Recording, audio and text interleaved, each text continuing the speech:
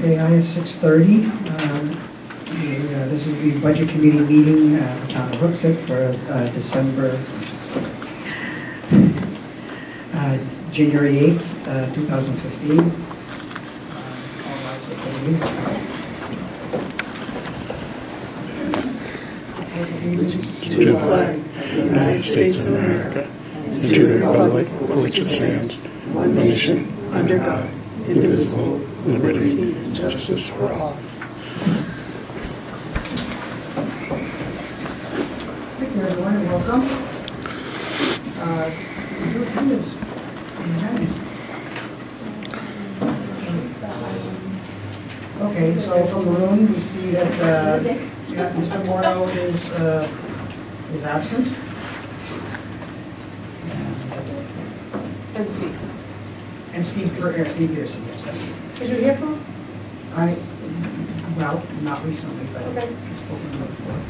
He will be excused indefinitely. All right, so approval of the minutes and the water precincts.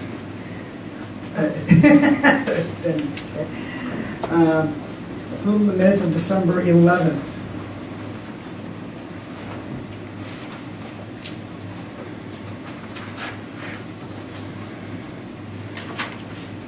Okay, motion for approve? I make a motion to approve.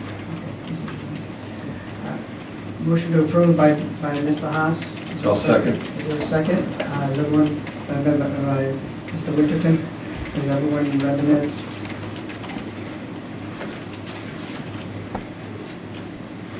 Everybody all set? Any changes, any edits? No? Hearing none? I don't think I have any.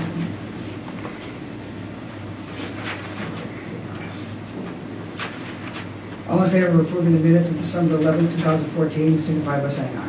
Aye. Opposed, hearing none. Motion of meeting minutes of December 11th are approved. December 18th. Make a motion to approve. Motion approved by Mr. Peroni. For a second. Second by Mr. Van Horn. Are there any edits? I have a few.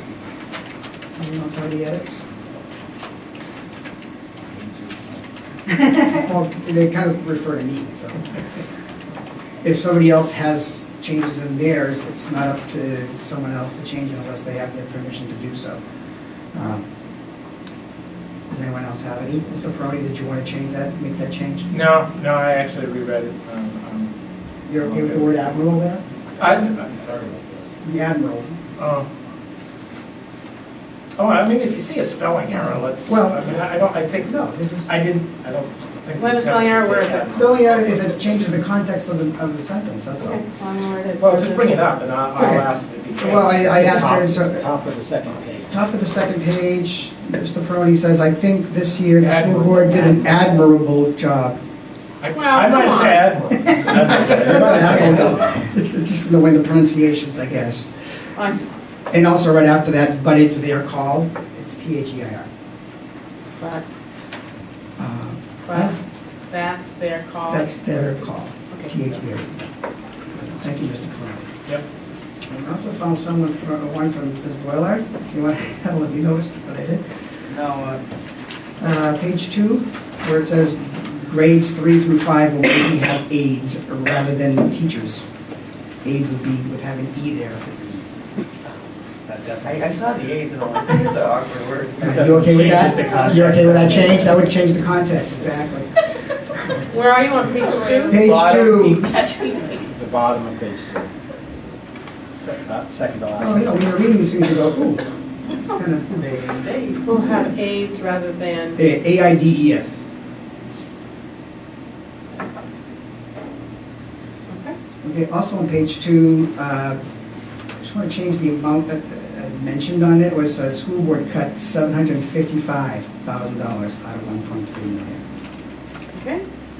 755. 755. There was change, but I believe I just said 755. Okay. And there's a right under that where it says because the budget increased by increased $528,000 by 528,000.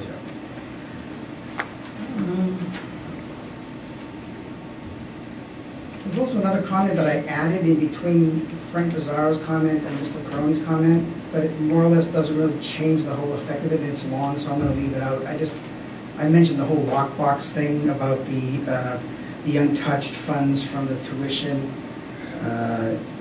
So I just wanna, Was that, it was long. Remember, was that the one about? he asked a question about the tuition, Right. and we Does discussed it get it. back, does it go back to the Right, town? and I had a brief explanation of what it was about, but it's like 3 lines long, so. And was that gentleman thing? Gentlemen. Well, Mr. Peroni mentions gentleman agreement, but I had mentioned it earlier as well.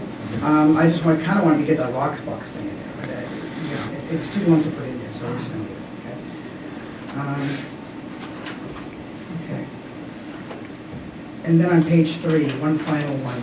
I just want to clarify the total there again is, where it says a $528,000 increase is a 35-cent increase per thousand to the tax rate. Just clarify the number there. That'll do it. Anyone else? All in favor of the motion as amended, signify by saying aye. Aye. Opposed? Hearing none. Meeting minutes of the 18th are approved. Okay. We now have old business to attend to, and it's my understanding that Mr. Peterson, you expressed an interest to speak. No. I'm sorry, Mr. Peterson. Mr. Goslin, you expressed an interest to speak? No? I'll hold on. You'll hold off, okay? Okay. Does anyone else wish to speak? The budget. Some of you weren't here, so I was giving everybody the opportunity to speak to the issues of the budget. I'll speak, sure. I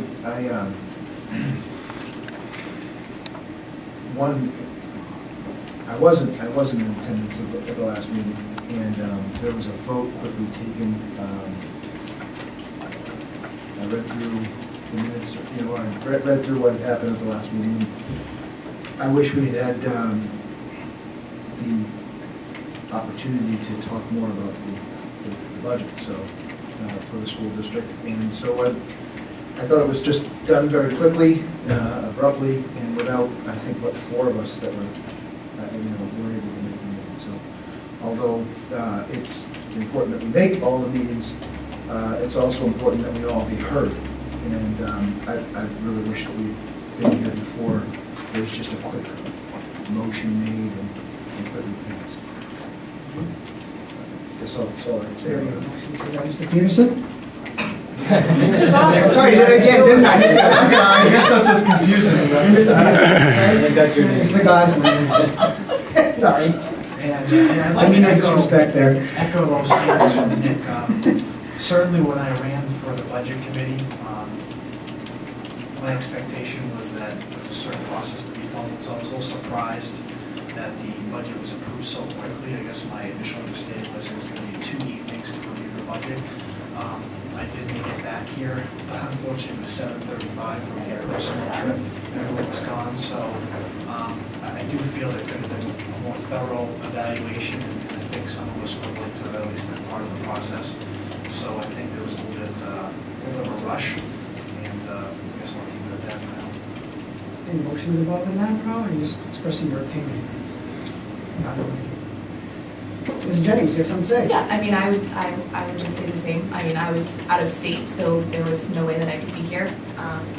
But I don't feel like we had a lot of time for deliberation, other than 1 day, really, and a couple of hours worth of talks on the budget. And I have a hard time believing that constituents that voted us in here for this role would believe that in those couple of hours one time that we were able to work out any of the issues that we might have found with the budget. Maybe we have, but I mean, I think that we should at least revisit and make sure that everybody, at least more of a majority, now that we're all mostly here. I think actually almost everybody's here. So I mean, I would move to reopen and reconsider the budget. So unfortunately, because I don't remember what the vote was, as I was not here. I mean, I don't even know if it's, you know, unless there's somebody that voted for it that wants to revisit it, I'm not sure it would do any good, so. Is that a motion on the floor? You said Yeah, motion. Yeah, I would move to. A motion to continue discussion, is that what you said? Yeah. Motion to continue discussion, is there a second to that motion? Second. Mr. Haas, second to the motion. Mr. Peroni, do you have something to say? Well, yes. Say a lot here. First of all, was there a rush? Well, we met times where we discussed the budget, we went over it. Maybe it's a good time. I do have some information.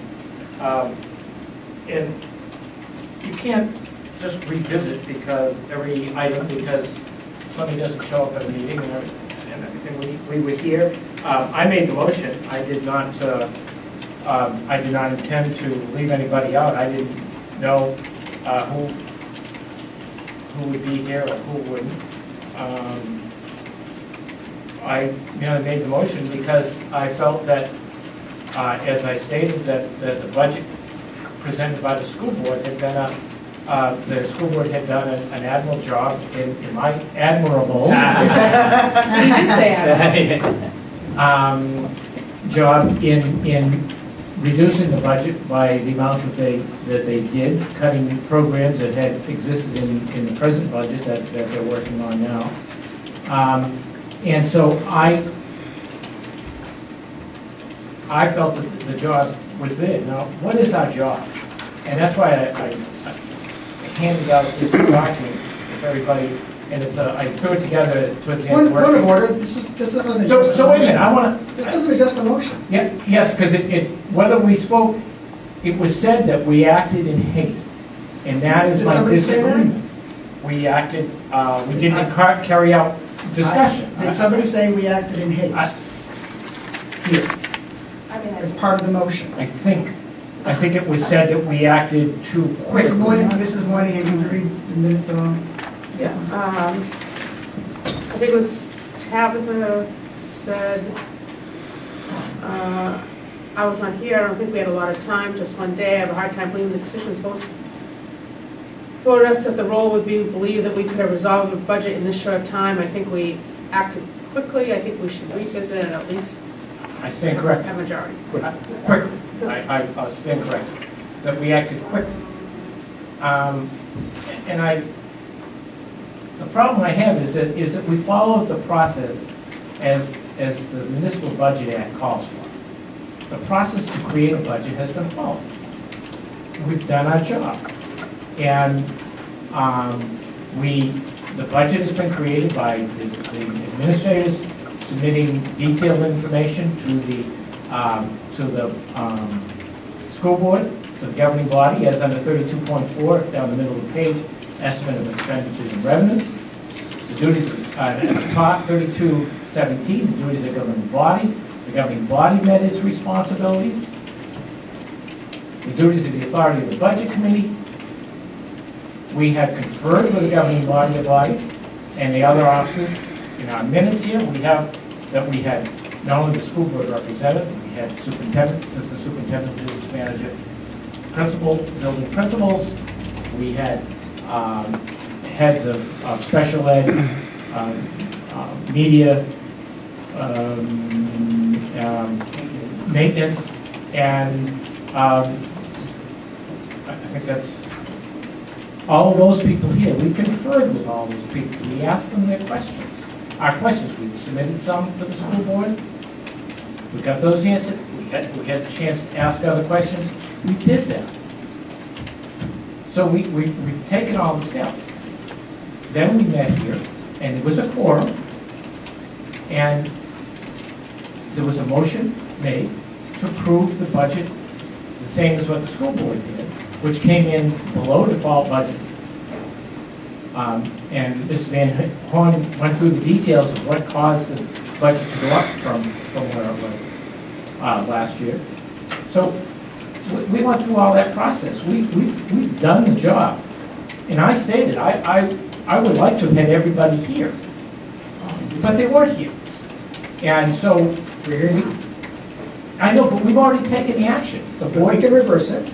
the board took that action. We can reverse it. The board voted you in as chairman. Not everybody was present, but we didn't revisit the issue when people showed up. Nor should you have. I don't see you should have, but the board moved on. We moved on. We took our vote and we moved on. So we have met that process. So I understand they're disappointed that they weren't here. But as I said at the time, should we have just adjourned? And nobody made a motion to adjourn. We couldn't adjourn because we were in the middle of discussion of a motion. That's why I didn't follow your suggestion. Well, nobody even took, that didn't even come up other than, My thought was, yeah, good idea, but we're in the middle of a discussion of a motion. but I didn't think we should. We shouldn't just decide, well, we gotta stop tonight because, Pat isn't here tonight, or next week it's Kevin isn't here, you move on. That is my point. We moved on with the process. The motion was made. And a majority of people, there was a quorum, and a majority of people voted. So the idea that we sort of short-circuited the process, we had a full discussion. Everybody that was here had their chance to say anything. You either asked us not to call the question, didn't. We had our discussion, and a vote was taken. So that's my point with this is we followed the law, we followed the process, we've done our job. Some people may not like the result we have. And by the way, in this, it doesn't say anywhere, and I think this is a very important point. There is this concept that the Budget Committee must reduce a budget that is set by a governing body.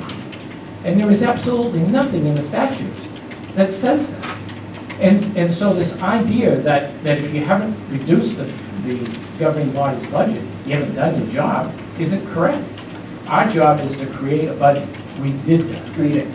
No, you didn't. We did, No, you Mr. Chairman. didn't. No, We you didn't. created a budget. You did not create a budget. It says here to prepare a budget. We did not prepare a budget. Within the first 3 minutes of the meeting, you made a motion to approve the budget. There was no review. There was no line by line, or not even line by line, not a single discussion of any particular item or appropriation. before last week. There was no discussion. There was no discussion as a committee. We had budget review. We had budget we met as a committee. We had How was there budget. no discussion? We had budget reviews with the administration. Yes, There was and no together budget as a committee. review.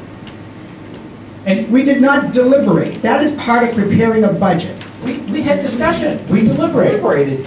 You may not be happy with the end product. I'm not happy with the process. It says here to prepare a budget. We did not prepare a budget.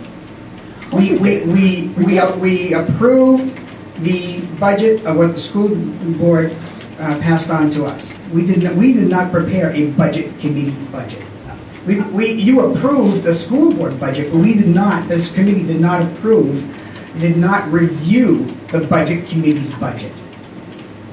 We did review it. We had all these things covered. And number two, we approved, We did not review it as a sole committee. The first meeting was that first meeting, and we spent 3 minutes without even talking about a particular line whatsoever, a particular funding, a particular appropriation. And I think we should proceed because it's, what we did, in my mind, was not appropriate for the taxpayers, the fiduciary responsibility that we hold for the taxpayers. Yes, Mr. Goslin. Well, I would probably agree with most of your premises if there wasn't a discrepancy within governing bodies within our own town. The school board approved their budget, and then when I found a discrepancy in the special ed budget that caused a $70,000 unfunding, they then voted to approve $70,000 more for that budget after they had approved it. So if you can add monies after the fact in one governing body within the town, I guess I'm just confused as to why another governing body is held to a different standard and cannot take another look. I'm not saying make cuts, but maybe make additions. They had the budget, they made a decision. My understanding is they still had control over the budget in their purview. We still have the budget in our purview. It hasn't been moved on to any other governing body. So I guess that's the difficulty I have in the reconciliation of why one governing body gets to do one thing, and our governing body, the budget committee, cannot do the same thing. But you see, we have not taken our final vote. That is, there's, That's my point. we haven't, after the hearing. That's exactly After the my hearing, point. after the hearing. And that's why we should continue now, because we haven't taken a final vote. I have not signed the budget yet. Nobody on this committee has signed the MS7 document, have they not? No. We haven't had a public hearing, have we not? So therefore, we can continue until after the public hearing. And when we make a motion to advance our final recommendation, not approval, recommendation, right? You've taught me that, Mr. Peroni. Yeah. Recommendations to the public hearing, and that's when the public comes here and discusses anything they want to discuss. And after that hearing is when we discuss anything they want to discuss and make our final recommendations to the citizens, voters, taxpayers. But right now, we're not at that point yet. So, We're still in the budgetary deliberative process. So My I mind. guess my question would be is, why were they allowed to do that, but we're not being allowed to do that? I guess that's the question I would have. Why did they reopen their budget, but we cannot? They did not, by the way, and you can confirm this, Mrs. Blaylock, the school board did not reopen their budget. They just added to it? They just added, It was an addition and a. Mrs. Lassard just added it to the budget and presented it to us. There was no official motion to reopen their budget. They just handed out that money to us, for us to handle it. There was no reopening of that budget. That was an invalid motion right there. I'm telling you that right now. Well, I went by what you stated that the board did. I No. used your number that. when Well, I you did were it. you were at the point where you were criticizing me for going to other board meetings, so I didn't want to bring it up. I do my homework when I go to other board meetings, and I see what happens. So I'm advising this committee that the school board did not reopen their budget when they added and subtracted more money into it subsequent to their final vote to approve their budget. So having said that, I don't know where we're at right now. I'll entertain further discussion. Mrs. Jennings. I guess I'm just, I'm confused about the process at this point because I don't remember us approving, recommending or voting to, I don't know, whatever was done to close the discussion, I guess, for, this budget before our public hearing before. So I don't understand why it's happening now. I don't understand why, as a board, if we're meeting, we're not taking as much time as we have until the deliberative session, and then at that point, having the public input, and then making our recommendation, because to me, what is the point of shotgunning it? In my opinion, it's been shotgunned, because we have however many more days that we meet between now and then. We could be finding more flaws. We could be finding more money that should have been there that shouldn't have been, or that money that's there that shouldn't be. I don't know, but I don't understand why we've jumped to this conclusion with all this time left. So, not that I wouldn't have been out of state, right? But I can't imagine. In no way, shape, or form did I at all expect to have to come back to a vote already been done, right? On the first meeting after talks with the administration. I don't understand. Well, do you understand the fact that maybe some people might have liked the budget? Some people might have not wanted to continually to erode the school's budget? I didn't say anything about eroding at all. All Some I people said might was- have appreciated the budget and We wanted. should be assessing motives here, the motions, okay? There was nothing about eroding at all. The assessment, the notion that... The notion, excuse me, I have the floor at the moment. No, you don't. The motion the motion that was being passed, okay, when he refers to that we're going to be here for cuts, this committee has added money many, many times over the years, many times, including myself, including other in past years. We add and subtract. So to say that we automatically make cuts on this budget committee is not accurate, is not an accurate statement. I guess, Mr. Gosselin. Oh, you want to speak? You still want to? Well, yeah, I mean, ahead. unless Mr. Mr. Lebo wants to Leonard. interrupt me again, Right. that would be fine. I mean, unless he wants to take every word that I say and interrupt me while I'm doing it. Can I speak now, Mr. Chairman? The fact, Mrs. Jennings, is that, you know, we were here last week, right? Not all of us philosophically agree with, let's say, our chairman, Mr. Meadville, right? I mean, some of us look at this and look at funding our educational systems as an investment in the town, right? That our educational system is a great way to attract people to this town and businesses to this town. We've been through this last year. I mean, Hookson's at the very bottom of the educational funding list, you know, of towns in New Hampshire. I mean, that's not an opinion, that's a fact, right? I think when I look through this list, and again, I've been to every meeting. I went to every meeting last year. I travel more than all of you, and I haven't missed a meeting. Right? So when I came here last week, I looked at it and said, I looked at the budget, I looked at each school's. Each school's budget was a net decrease from the year before, which we didn't add any money to last year. We took money away last year. And I thought that it was an excellent budget. I mean, could we have gone through and complained about shipping? Of course we could have. But I also felt it was a good budget that we didn't want to continually to take away from. Now, to Mr. Meadville's point, sure, miracles could happen, right? Maybe Mr. Meadville or the chairman or anybody else decided they wanted to add more money to the budget.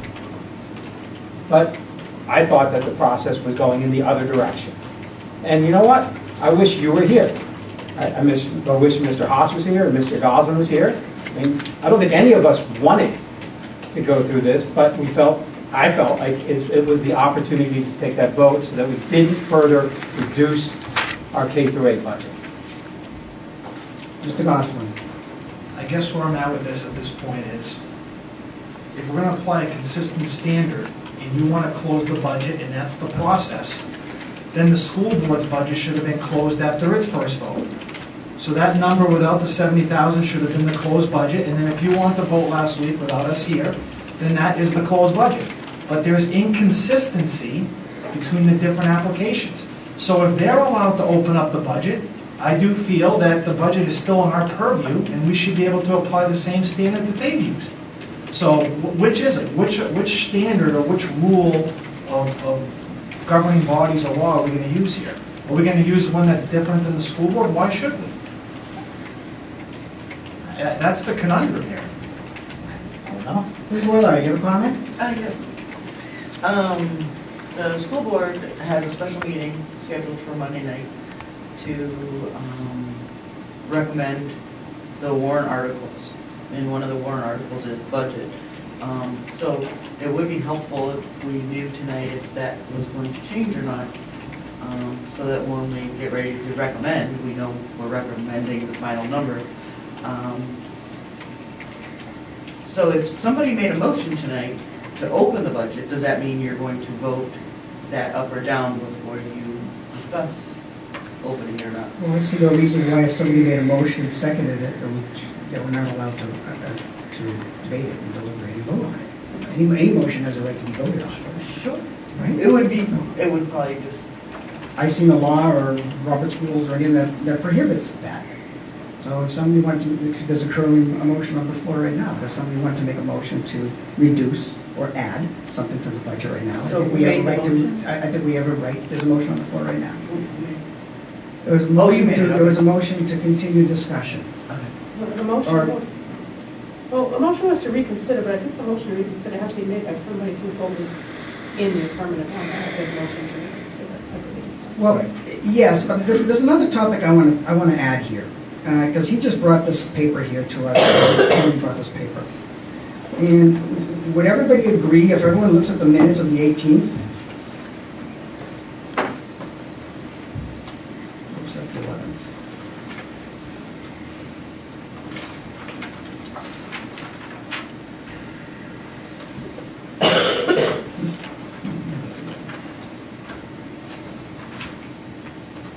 On the bottom of the page, the motion, the first page, I'm sorry, the first page, the actual motion. Now, would everybody agree that whatever was in his RSA 32, the only words, I do not see the word approve on any of these. I do see the word recommend several times, including in the last paragraph. It says information to be submitted for recommended appropriations and anticipated revenues for each county or district. May I explain that? I'm in the middle of something. Okay, all right. So I do not see the word approve here. Now, as I've said before, I've been on this committee for 7 years, and I've been corrected many times by previous committee members, including previous chairmen, never to use the word approve of the budget. The budget committee does not approve the budget. The budget committee only recommends appropriations for the budget for approval to the citizen voters, the taxpayers. Mr. Peroni says here, and the minutes were approved, and I listened to the video, watched the video today to confirm it. Mr. Peroni motioned to approve the budget of $29,488,170.88. There is no motion to recommend the budget, there's a motion to approve the budget. And therefore, as far as I'm concerned, the motion is void, and the motion is out of order, and we should start all over again.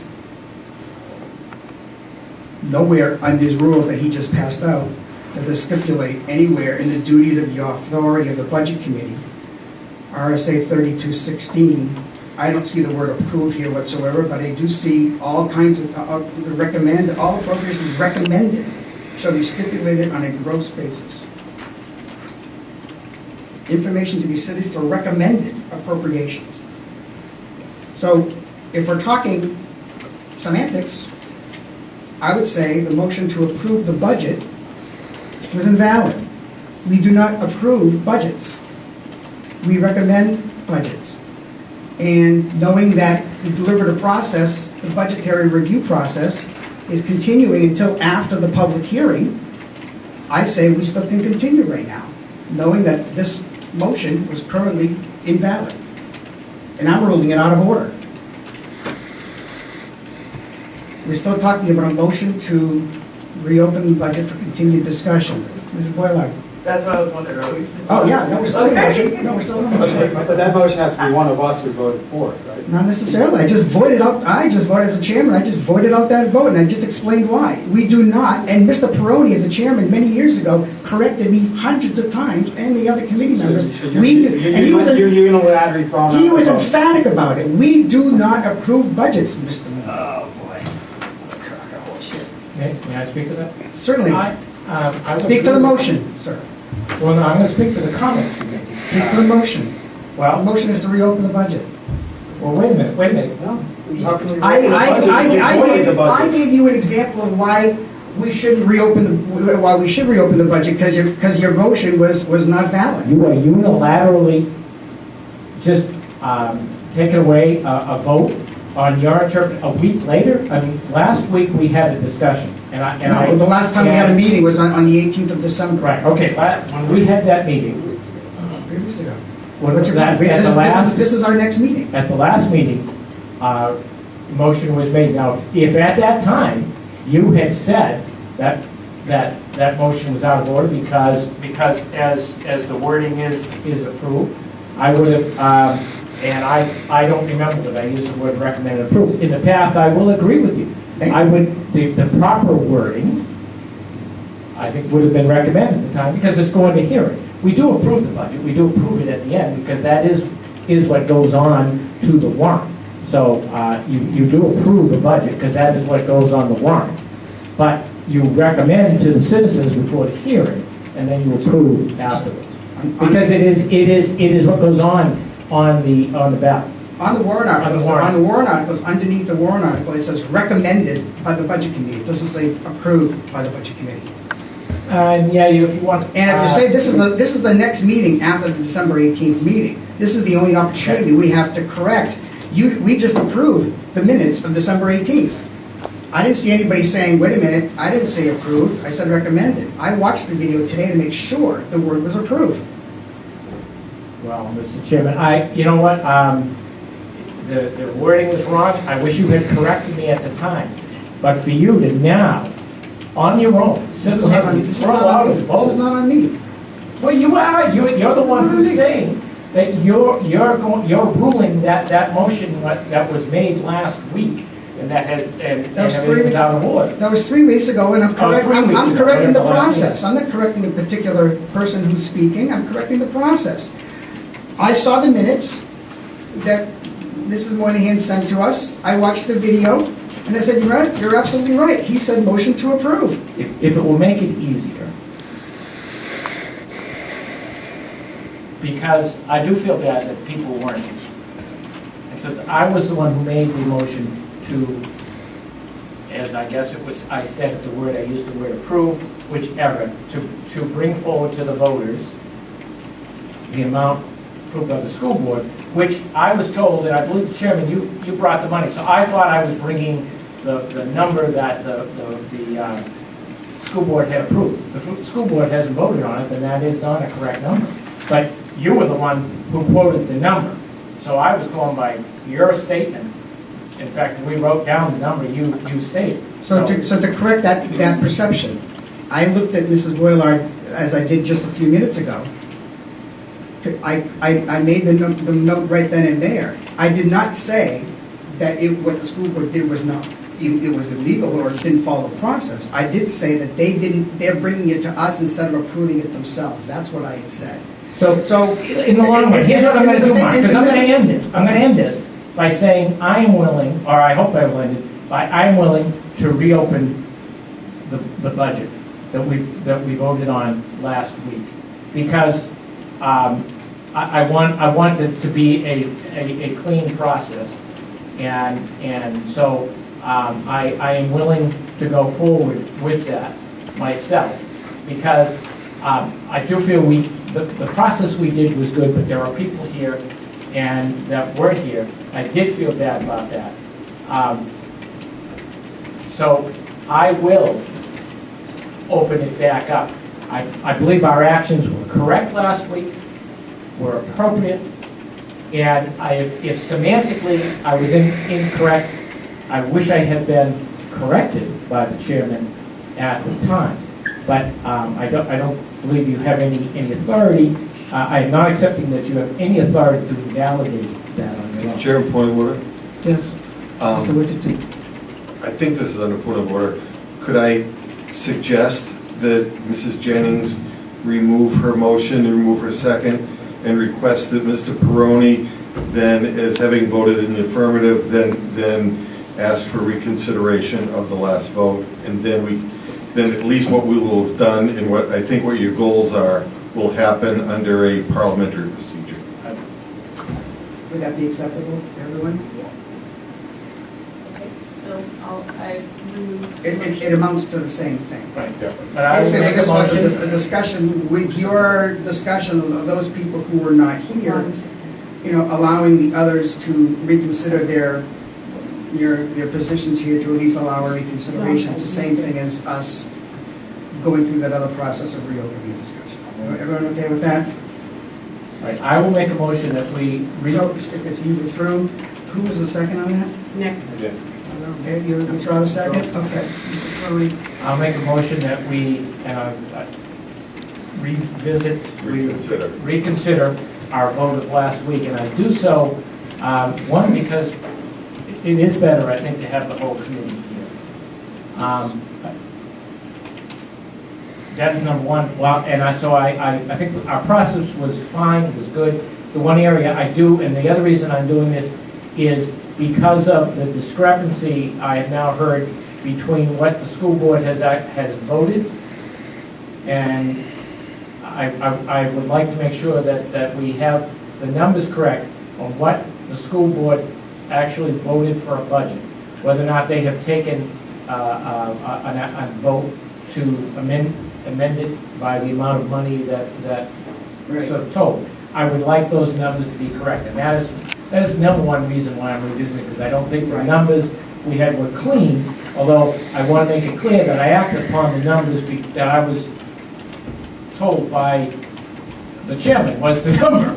So I thought I had clean numbers, but it turns out that I don't want to dig further into it. I'll second. What difference does it make?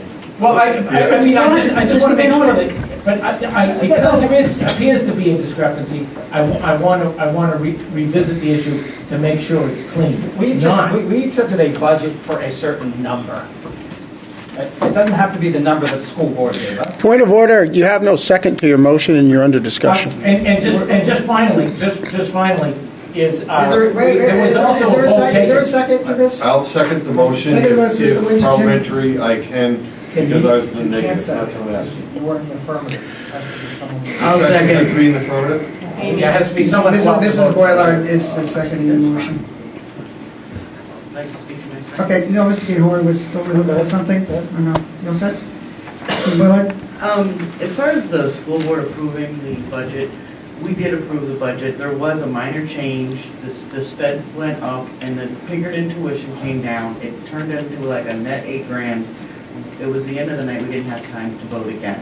So the number you have here, the 29,488, that's the number. That's the number that reflects the plus 72 minus the 20, right? The adjustments that you made after you approved the budget or adjourned, and then somebody said, well, what about the 70,000? And again, this was like 11 o'clock at night or something, but did you get explain it, Mrs. Boylard? What was the last number that was Right. approved by the school board? That's what, exactly. That's what. And that's what I thought of maybe doing tonight as well. Let's go way back and start all over again. It's a process.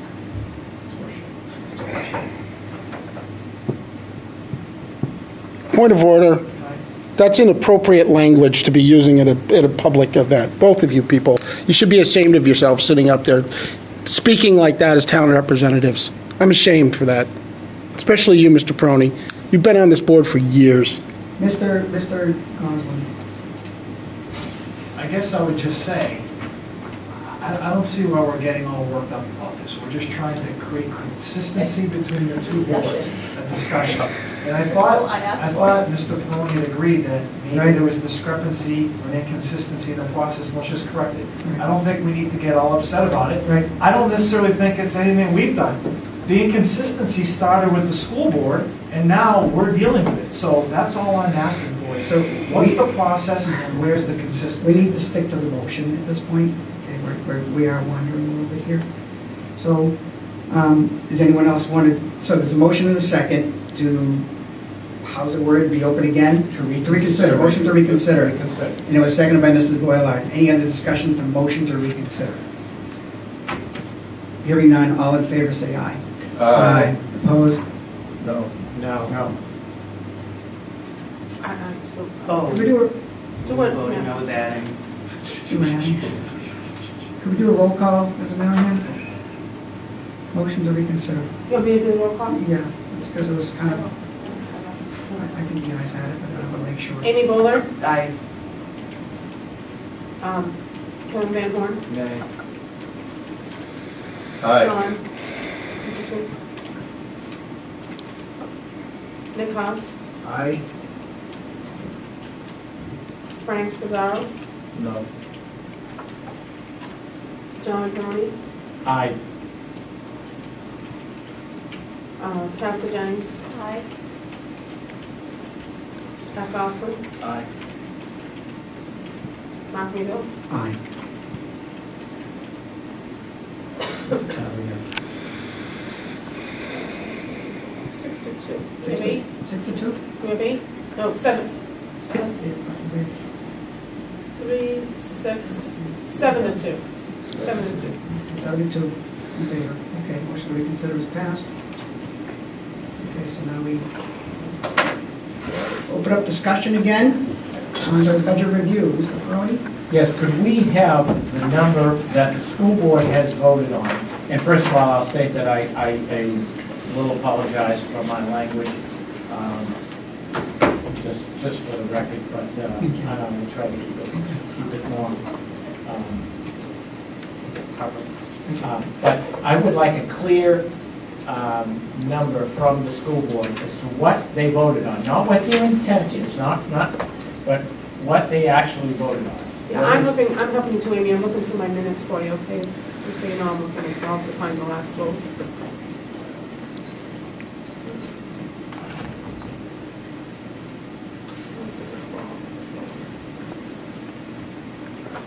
So, are you looking at minutes, Amy, or where are you? I'm looking at the budget we had that night. I got 29,583, 799.85. Right, but then, The PDF file, the last PDF file update that I have. On my notes that I took that night, I have 2948078.42. Do you have your notes somewhere in there? That was from before. I don't think there's anything happening after that.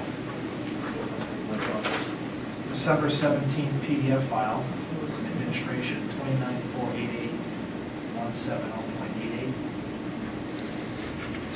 88? 488, that's the 8,000? 29,488,170.88 is the 12/17 PDF. Well, that's the number that appears in the minutes of last week. Yeah, that's what we had for the minutes. And then I think maybe the default is 29,583, 799. So, 800, yeah, this document is 29,583,800. That's the default. That's the default, correct. So what you have in here is the correct. The proposed was lower than the default. But did you actually take a vote? That's my question, is that, did you, because you said tonight, That's default. you said tonight, it was late tonight, you didn't vote. So you either did or didn't vote I for didn't it. vote on the extras. That's all I, Right. And that's not the default.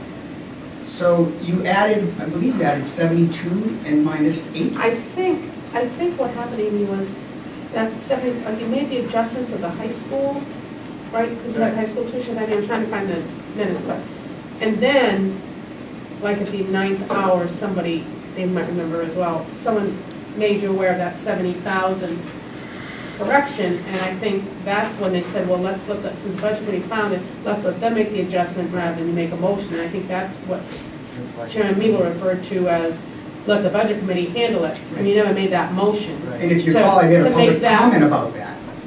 If you recall. Actually, I might be able to find that. so you said 28,959 is 2.53 months, right? I mean, that's in the minutes here. That's the number you said. 28959,622.53? Yes, Yeah, that- right? I think that's Is that, Is that with the correction or without the correction? Is that- That's what I'm trying to figure I out. think it's without the correction. That's the default. It's in the minutes. that's without, Default's 29,583. these are my notes from the Yes, school board. don't- So let's Let's not talk about the that's- default. I don't, guys, let's talk about the fall, Yeah. please. Nothing to do with it. These are my notes from the school board meeting, so, So and the then I 29, added it after that. so the 29,488,170 is 488 with the adjustment. with the adjustment. Yeah. But the school board didn't actually make those adjustments. Is that what? That's correct. Okay, that's, I mean, I just want I mean, also trying to find what is the number. Yeah, If the 488 is not the number, what We're is the trying to number? explain that. 29,530, did you find that one? I'm still looking for where somebody said that, I think I have 29,480. That was before the error, that was before, Then that's what it is. That's what it is then. before the You're going to error. make the adjustment here. For the error, that's correct, 29480,078.42, and then you gotta add the 70 and 20. Subtract 20. But that didn't happen. That didn't happen. So 480 is the right number, is the last voted number. Is the, to Mr. Peroni's point, the last voted school board budget number that I know of on my notes was 29480,078.42. That's, everybody's asking, right? That's. so that is the official school board budget as it stands at this time. Where are we getting 480? Because everything I'm seeing is 488. That's after the adjustment. Right? 488 is post-adjustment. No, Yes. That's what we just said. Yeah, I think this Yes. includes the adjustments. The 488 does. The adjustment is So we went back 70,000 to plus, this 480 is the non-adjusted. this is Boiler, what are the adjustments? 70,000 addition for sped. You sure it wasn't 72? You see that, Leanne?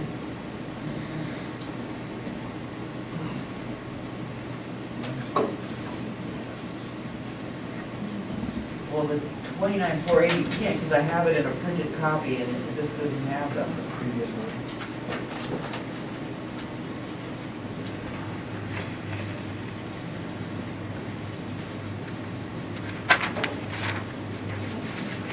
These minutes are long, as you know. Yeah. A lot of stuff. Well, it Well, they happened happen way at the end of the at night. the I mean, way I at know, the end. I know. Okay. How is it? So, but the number, let's, can I just ask, so the proposed budget of 29,488,170.88 is the number that the school board, but has not voted on. It is the number with the corrections in the, Unvoted. Yeah, that's my understanding. No, no, and that's right, unvoted. Wait a minute. Corrected but not unvoted. It has. It's the correct, the 488 is the corrected number. But not But voted. not voted. but not But not voted. approved by Okay, the so school that's the board. number we should be using. Well, using 480. Well, Okay. So I have a motion. It wouldn't default, I'll make sure I don't. The problem is there was a lot of talk about the default, but there's a motion to increase the special education line 70,272. 1,272. Is that- 70,000. That's a 70,000. 70,000. That's where the 2 comes from, okay. So it's That was a motion that was made and carried at the school board meeting. 1,272. We need to increase, Carolyn Lassard said, we need to increase the special ed tuition to Manchester, 70,272. That was due to 4 students that were missed from page 1200-561 due to that was caught by the budget committee. And Jim Sullivan motioned to increase the special education line 70,272, seconded by Todd Lazat, and the vote was 6-1, the motion carried. Now, Okay. they never, hold on. and Then the what does bu- it bring us to? It's a motion to reduce the high, but then they made a motion to reduce the high school tuition, $20,261.60. That also passed. 20261? So 202,616. Correct. 20261.60 was reduced in the high school tuition public Right. academy. About Right. $30,000. And then the school district budget, then there was a motion, here we go, there was a motion to approve the school district budget in the amount of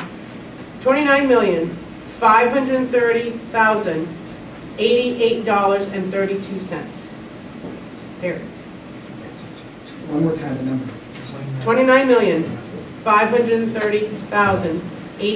$29,530,088.32. So we did a, There you go. But then, then there was another motion, hold on. There was another motion to direct Amy Bollard to reduce the special ed tuition line for high school public academy based on information to be provided by Karen Lassard. That's when that's when the school board directed Amy to come here Right. and correct the high school public academy line of special ed based on a number to be provided by Karen Lassard. And that's the missing piece. So the number I gave you So we still have still a needs to missing- be adjusted. I'm sorry. The 29,530,088 needs to be reduced by the special education line for high school public academy that they did not finish doing at that meeting. That was the piece they didn't finish. Right.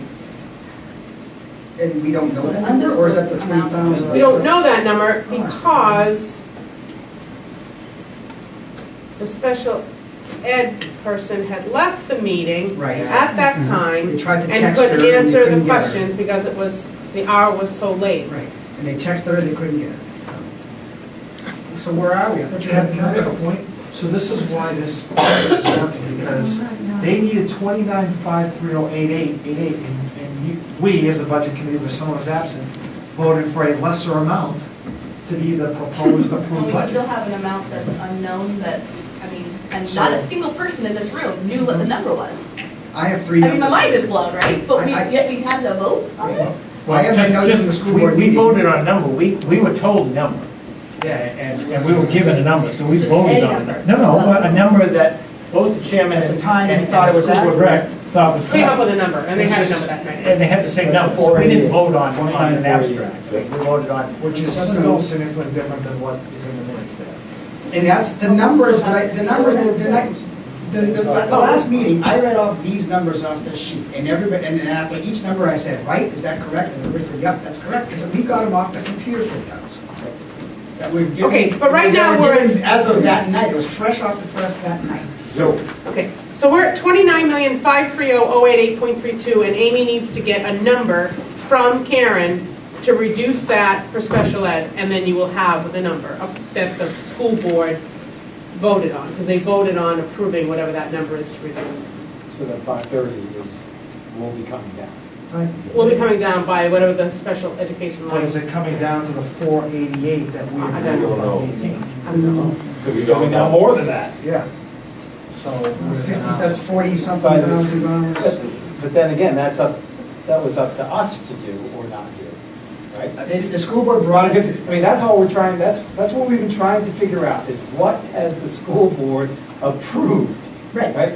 That stuff there hasn't been approved by the school board. right. They said they were gonna come to us to do it. We can say yes or no, right? So, you know what I mean? So, Yeah. I guess We we just still gotta don't get have down an to it. answer of what the last school board. We don't Well, you have a do. final The time. last number is, the 530 number I gave you, is what they actually voted to approve. And then there was a subsequent motion to direct Amy to bring the other number. And I think the Oh. 488 is the number after Karen gave us her change. So There is no way. we cut the budget by Yes. $42,000. 41,907. There's no way we'd come up with a number ending in 88 unless we had it.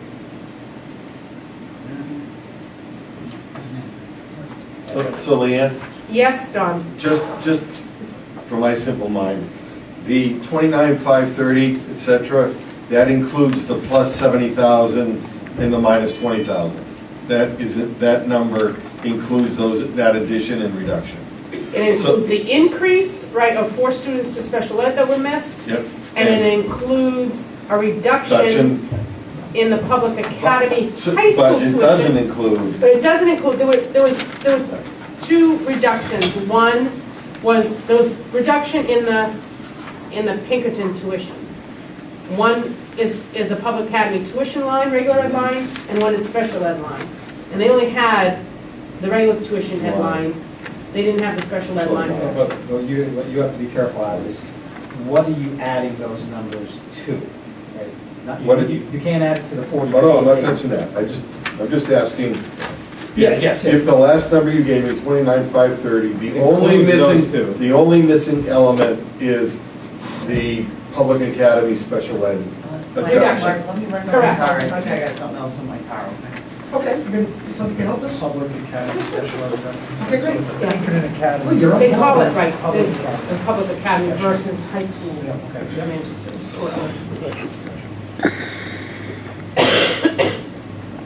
Can we, Take a Mr. Gauzy, want to take a break, we can recess? Until, Boyle can be back? Carl's and got some accurate information for the committee.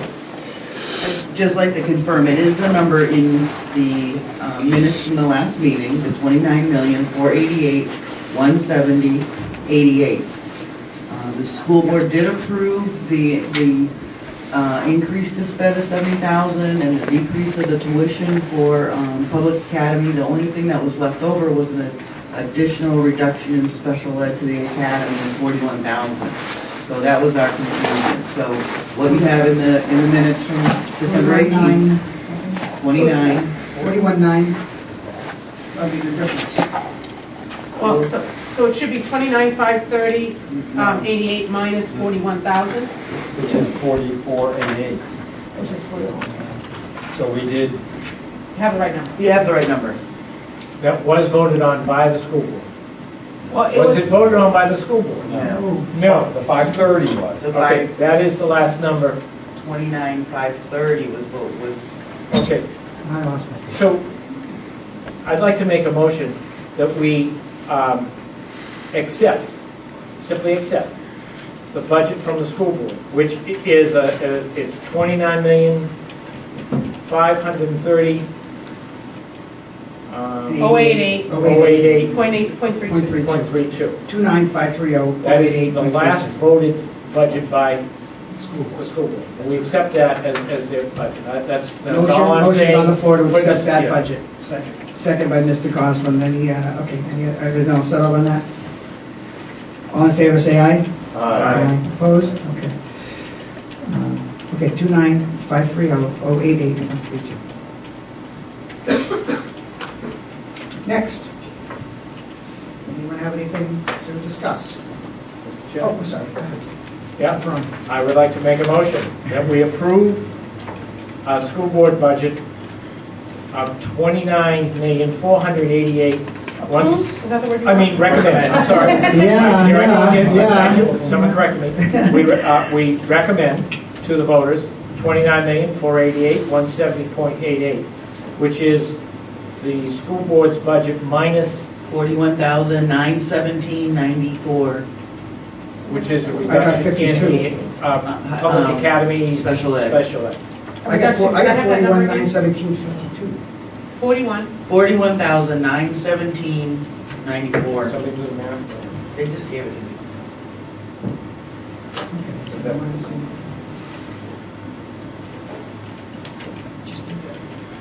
Are those numbers correct? I haven't. So we're minusing 530 and 488.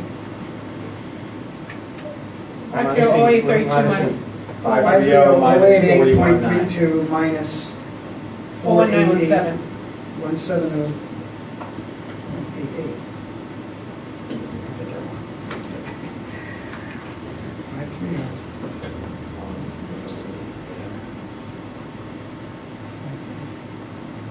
I have a calculator. 917.74?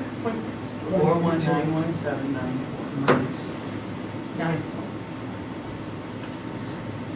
If you add that to the 29,488,170.88. I get 41,917.4. Let me, Does everybody have that? Well, I don't know why we got three totals off of that. Okay, so you take the 29 million off and you just put 530,088.32 minus 488,170.88, and you get $41,917.44. Just to have it accurate. He's I- putting a number. What are you it's looking at? What line? What's the- 29488,170.38. 3.8? All right. I Oh, will, there's the typo. okay, Okay.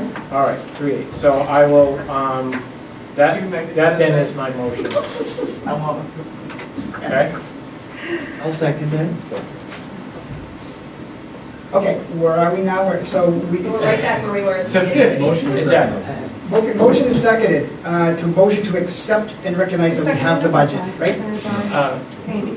We've already accepted. We already accepted that, yes, we did. Made a motion to Motion to recommend the lower amount of 29,488,170.38. And may I speak to my motion? One? Sure. Okay, thank you. That number is still below the default number.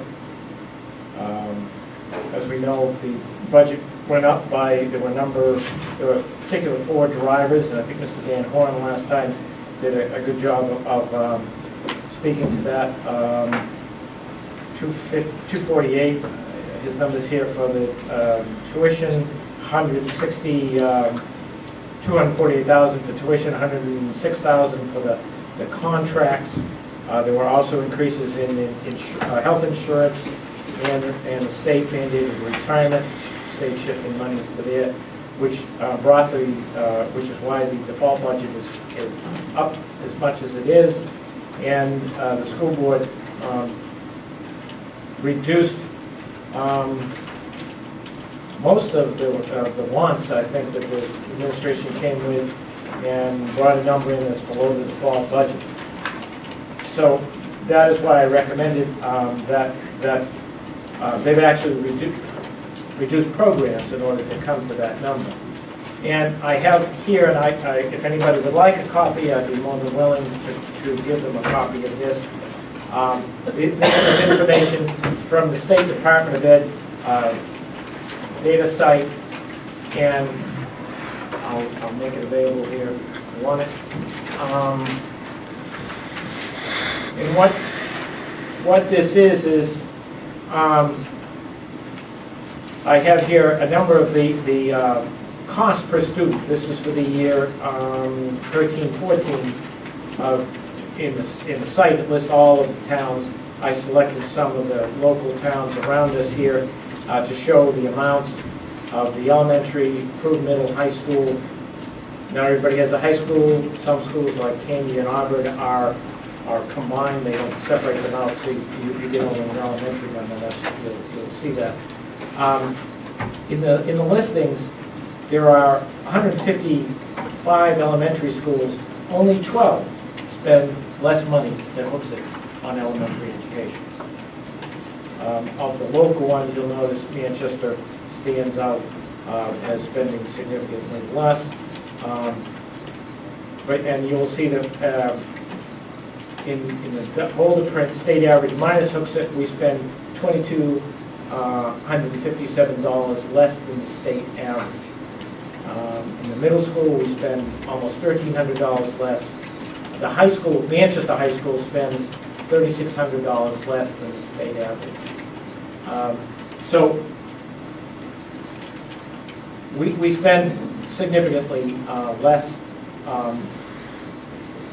than the state average, and less than almost every town around, with maybe the exception of Manchester. So that is why I also look, well, you know, maybe it's all because of, what about salaries? And so below, I pulled out a few of the salary scales, and you'll see that, again, Hooksett is on the lower end of the salary scale. The starting salary for a BA is $32,612 in Hooksett, and it's less than even Manchester. So we don't spend a lot, and we're actually reducing. We've taken away some programs from this budget, so that's why I believe that the budget that the school board brought, I actually disagree with the cuts, but they made them. That's their, not only a prerogative, but their duty. So I'm not going to argue with that. That's why I believe they brought forward a sound budget. I don't think we want to try to get our number down from 13 to head towards the bottom of the spending. Again, I stated it is not our job. It's our responsibility to be, as Mr. Melville has said, cognizant of the vote of the taxpayers. But we also have a duty to the students and to the parents to provide a quality education. And as you can see from a spending standpoint, we're in the bottom 10%, I think. So in what we spend, and I don't want us to drop down any further. We have a responsibility to the students, to the parents, to provide an adequate education. And I think to reduce the budget, to change the budget anymore would be a mistake. So that is why I'm going to make my motion. Thank you. You read the second? Ms. Bullock, go ahead. Ms. Pick the second? Or no? Actually, my thoughts haven't changed since the 3 weeks ago meeting. Okay. Thank you. Anyone else want to speak? Mr. Gosner. So I find this interesting. One thing that I feel Microphone, thank you. Just want to bring it up.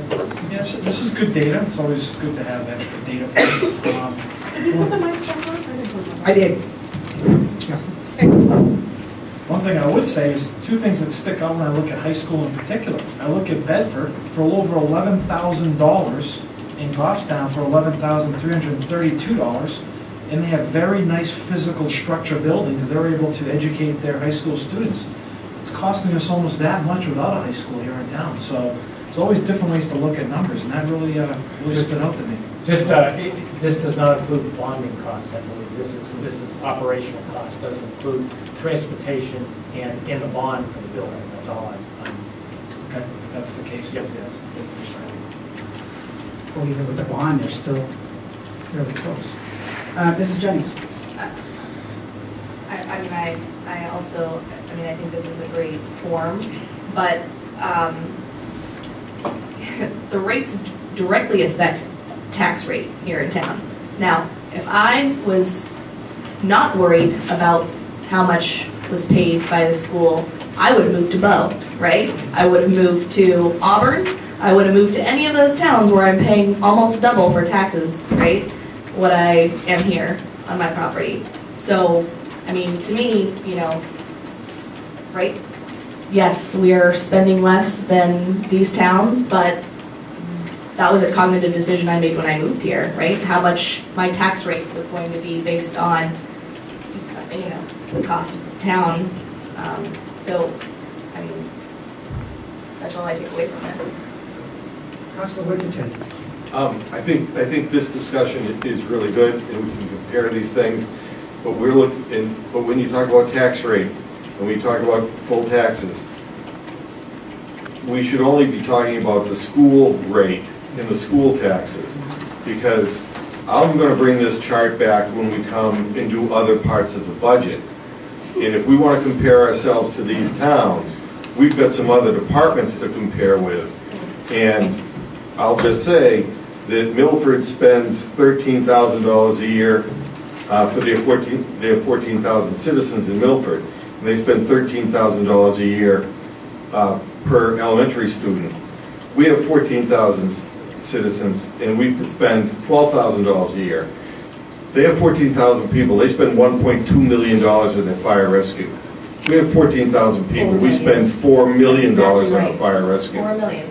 So,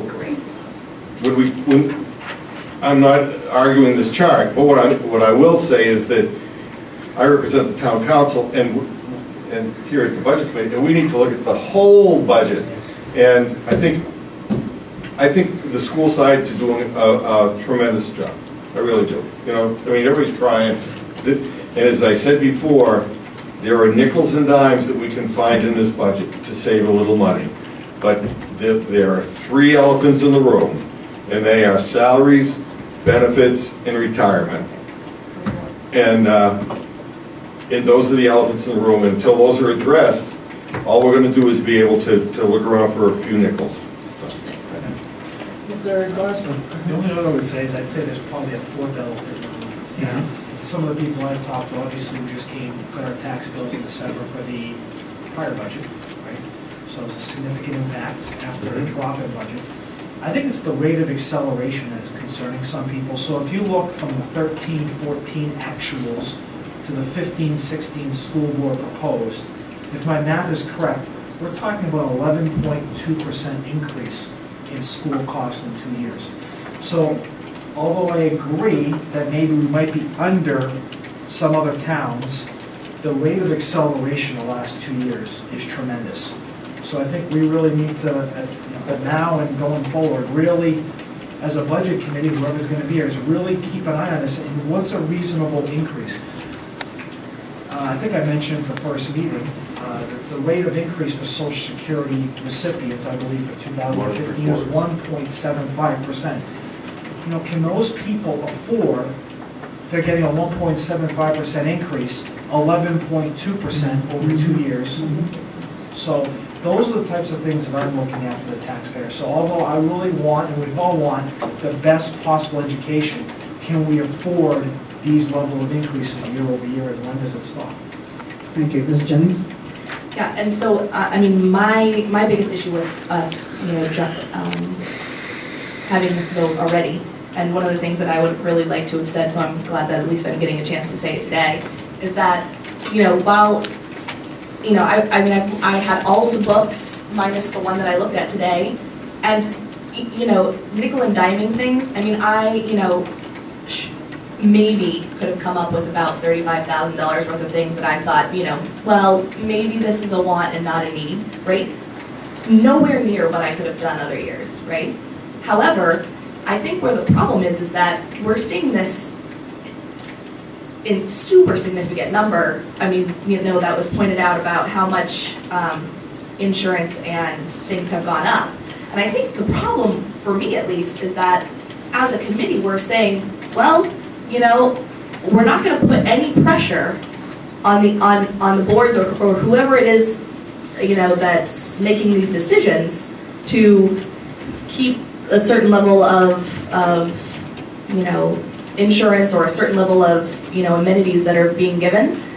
We're not giving any feedback that says to them, stop raising it by $600,000 every year, right? Because if we're not pushing back and saying, well, you know, so, okay, well, I guess it's a $6,000 increase this year. Next year it's going to be another $700,000. Now we're at 22% increase over 4 years from what we're at 11.2 now. And at that point it's like, okay, well, so we're just going to take it because we're told that this is the insurance cost and it's raising and this is just how it's going to be. And we're saying, well, this is the number they gave us. What are we going to do about it? Nothing. Okay.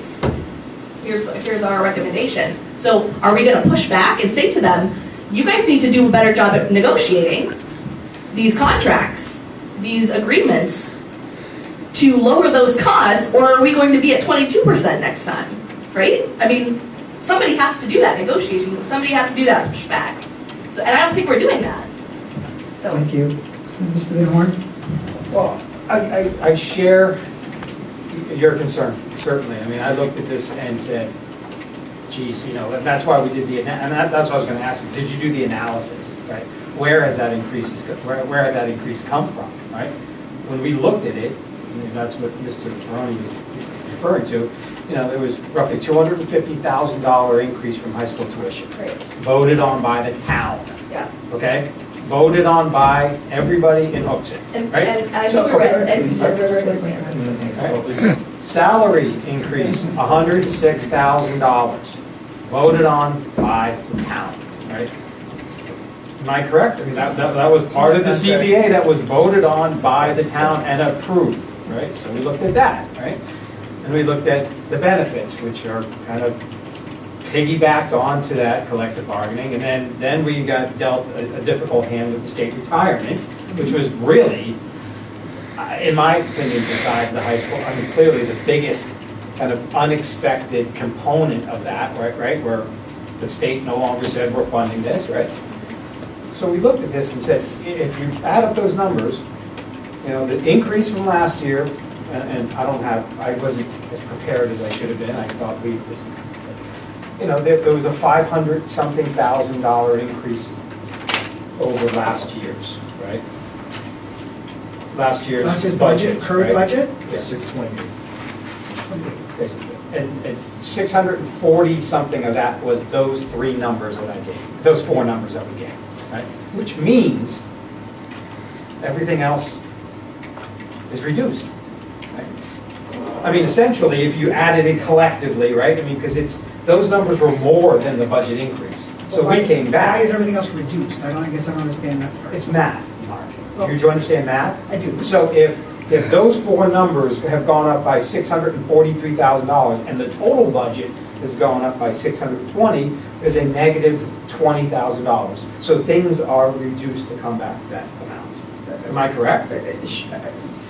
Sure, but okay, So I'll let you finish. So I guess the point is that we're dealing with these issues, right? We're dealing with high school, which, taking out our personal feelings about that, it was voted on by the town, right? We're dealing with CBA, which was voted by the town. Right?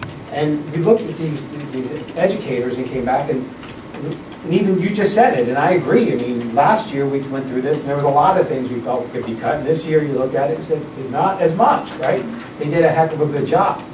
I mean, from those four elements, which I'm concerned about, as you are, because they're kind of accelerating, and you're like, whoa, whoa, whoa. But those four elements were more than the total increase, right? So everything else, I mean, the money we're trying to spend to educate our students is being reduced, and we're funneling that money to, I love the looks in your face. No, You're comical. I don't believe the comment, that's all. I'm waiting for you to say it. That's an inaccurate statement. How is it an inaccurate statement? If I think if the total want to budget, answer that? if those four line items in our budget have gone up by $648,000, How is and our that total, affecting the education of the children? Tell me. I didn't say it Explain was that. affecting the education of the student. I didn't say the word affecting. You're putting those words Okay, in my let me- mouth. listen. I said if the budget has gone up to if those four items are $483,000 and our total budget has gone up by 620, there's a net difference of minus something, right? We can all agree with that, right? I don't have the math. So that means all those other things, right? Programs, house, been cut, right? Other programs have been cut in order to make up some of this difference, right? So programs have been cut, which are actual programs that help educate our students, right? So you're telling me that losing a program like ALPS, which I'm not arguing with, that was a school board decision, right? I'm not trying to debate that. I'm just saying these are real, tangible programs that we're losing to help make up these budget kind of shortfall numbers because we're spending more money on high school, we're spending more money on salaries and more benefits and more retirement, where we are losing real educational programs because of that. Let's not pretend that we're not. We are. Right? So how do we fix that? But that's what I'm saying, right? Well- How do we fix that? How do we not allow these 11.2% increases over 2 years, and while we're still getting things cut, right? Because next year I don't want to sit here and have another program cut, right? Because we're allowing these But what is your negotiations what is your to happen response that then are- to saying, oh no, we have to look, and again, I'm not trying to say that this is what you're doing, right? I'm not trying to put words in your mouth or do anything like that, but clearly I'm in line with John's point as well, is that I thought this was a great budget, right? I mean, I thought the school board did an excellent job. I mean, I don't agree with all of their decisions, but they cut a lot of educational programs to make up for these increases I in don't things think, like. I mean, I'm definitely not arguing that You know, point. So, They cut the increases. They didn't cut their budget, they cut the increases. I'm just saying, they just cut the increases. They increased their budget by $1.3 million. They raised it $2 million last year. So the story is, they've been cutting $755,000 out of a proposed $1.3 million increase. We're patting themselves on the back.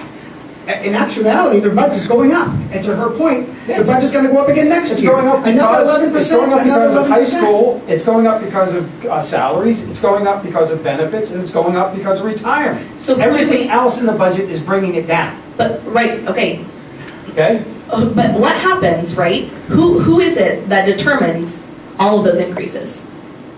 We don't have any say over the increases that happen, is what you're telling me? Because somebody has to make a push, right? Some of them have been voted on by the town. Right? Some of them. Right, well, I think the four major ones. And some of them are just piggybacked on, right? Because they're, Well, it's the benefit that follows the salary okay, increases. Right? so, I mean, I've looked at a couple of particular, I guess, individuals, right? And I specifically saw one that kind of like blew my mind. And this individual gets paid $24,000 and some change, right, per year. Do you know how much they make, or how much we pay in benefits for that same person? $24,000 and some change, right? So it's costing us the exact same amount to give them these types of, I don't know what we're going to call them, like benefits, right? As it is to fund them actually physically being there. So who's negotiating these contracts where it's costing us this money? Because somebody has to make a change there, right? And I'm not disagreeing. No, I know that. I mean, Okay. we don't make any Don't we do decisions. that at the ballot box when we vote for our school board members? Okay. Mr. Rosaro hasn't spoken. Yes, I don't know. I was just going to agree with Mr. Van Horn. You talk about those four components. You're talking about salary and benefits. That's not in our purview. That's the school board's purview. They negotiate the contracts. We have no say in that. You have retirement. that comes from the state. That's gone up year after year.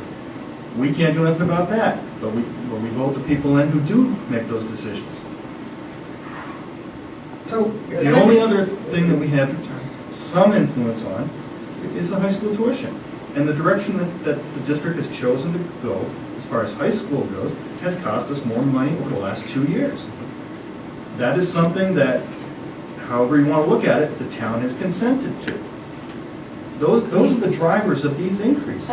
But I think we're Is the focused on town the drivers, consent to I think we're breaking focused the on things we contract? can't do I mean, anything that's what about, we so did. let's move on. Let's focus on things we can do something about. But, Mr. Chairman, Yeah, Mr. Peroni, go ahead, yeah.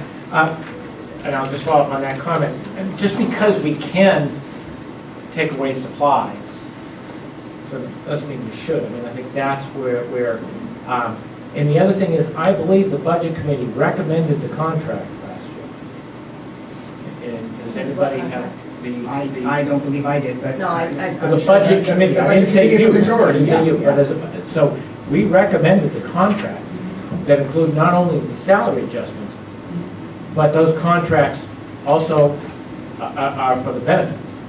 And so we did recommend those. So to say, we could have asked the impact of could something else have been done. We didn't do it. So that was, and the voters did. So those two elements, the salary and the benefits, were approved by the voters. I just think we're spinning our wheels here, talking about things we can't touch. Well, yeah, but I think I they're disagree with the essential. fact that we can't touch it. Yeah. I disagree with that. Well, Well, the thing is that, do you want to take away from other elements of education to pay for that? And I think that's the essence of this. Yeah. You want to reduce other areas of education, and I would say, no, if we're already, as I've shown you with this, there's only 12 districts that spend less on elementary education than the town of Hooksett. There's only 11 of 63 middle schools that spend less. There's only, in Manchester is the lowest cost of education, high school education, and Pinkerton isn't, I forget what the number is, how much more Pinkerton is than Manchester. It's around 500, 600, So 600. it is, again, well below the state average. So if we're taking away, I guess we're taking away, because we can't touch the bones, we're taking away the meat, that thing, and that's what I don't want to do, and I think those of us who voted last week for the budget as we understood it, which I guess we did understand correctly, is why we did. So I'm not in favor of taking away. Mr. Gosling? Yeah, one thing I will, looking from a global perspective, wrote a couple notes here. I'm not looking to nickel and dime as well. I think the school board, I follow this very closely. I think they did a very good job. By the all accounts, they wish they would have had a little bit more time. What I'm looking for as a budget committee is some progress. And there's a couple things that do give me some hope in terms of going into next year. And I will shed a critical eye next year on some of these processes. And I know they are looking for efficiencies. And they did look at the ALPS program and they found it to not be as efficient as they would like, so they cut it. Transportation, they're about to, or have started the creation of a transportation committee. High school transportation went up by a couple $100,000 by adding 4 more buses to Pinkerton. We're now paying over $400,000 for 233 kids to pay $50 to reserve all those buses. It's costing us a lot of money per kid. And when they push back, they cut 2 buses, did they not? When they cut push one. back. But they are looking at efficiencies. The budget committee has also, the school board has also asked that the budget be given to them earlier next year. That gives me hope that they'll have more time. They're going to get the budget hopefully by, what? October 1st. October 1st. That was the motion. They'll be able to do more work on it. So I'm willing to give them a little leeway, I guess, this year, because I think it is a pretty good budget. Would I just like to see maybe a couple other things have been looked at a little more critically? Yes. But I will honestly say, and be on the record here, I will be more critical this year in some of those areas. Thank you. Next year? This year? Next year. Next year. Next year's budget? for Okay, that. we're doing here next year. Chairman, Yes, if I could just say one Mr. Winchell. last thing from from your town council rep, who is negotiating 3 contracts at this time. Highway, police, and fire. All those 3 contracts are open. We do not have it, I can tell you that the negotiations are ongoing. We send a lot of kids to a high school in Hooksett that the teachers are not member of a collective bargaining unit. Pinkerton is not under a collective bargaining unit. Pinkerton teachers do not have automatic step increases. If the school board of Pinkerton is unhappy with the cost of the health insurance, they change it. They change it. We are under collective bargaining agreements that the town of Hooksett can't do that. No, Pinkerton doesn't have a school board. Pinkerton doesn't have a school board, they don't have a union contract. I went to Pinkerton. And they don't have automatic step raises. Their raises are on merit. I think many people in the town of Hooksett have looked at that situation and said, that's where I want my kid to go. I think that says something. Yeah. Anyway, again, no, is everybody done?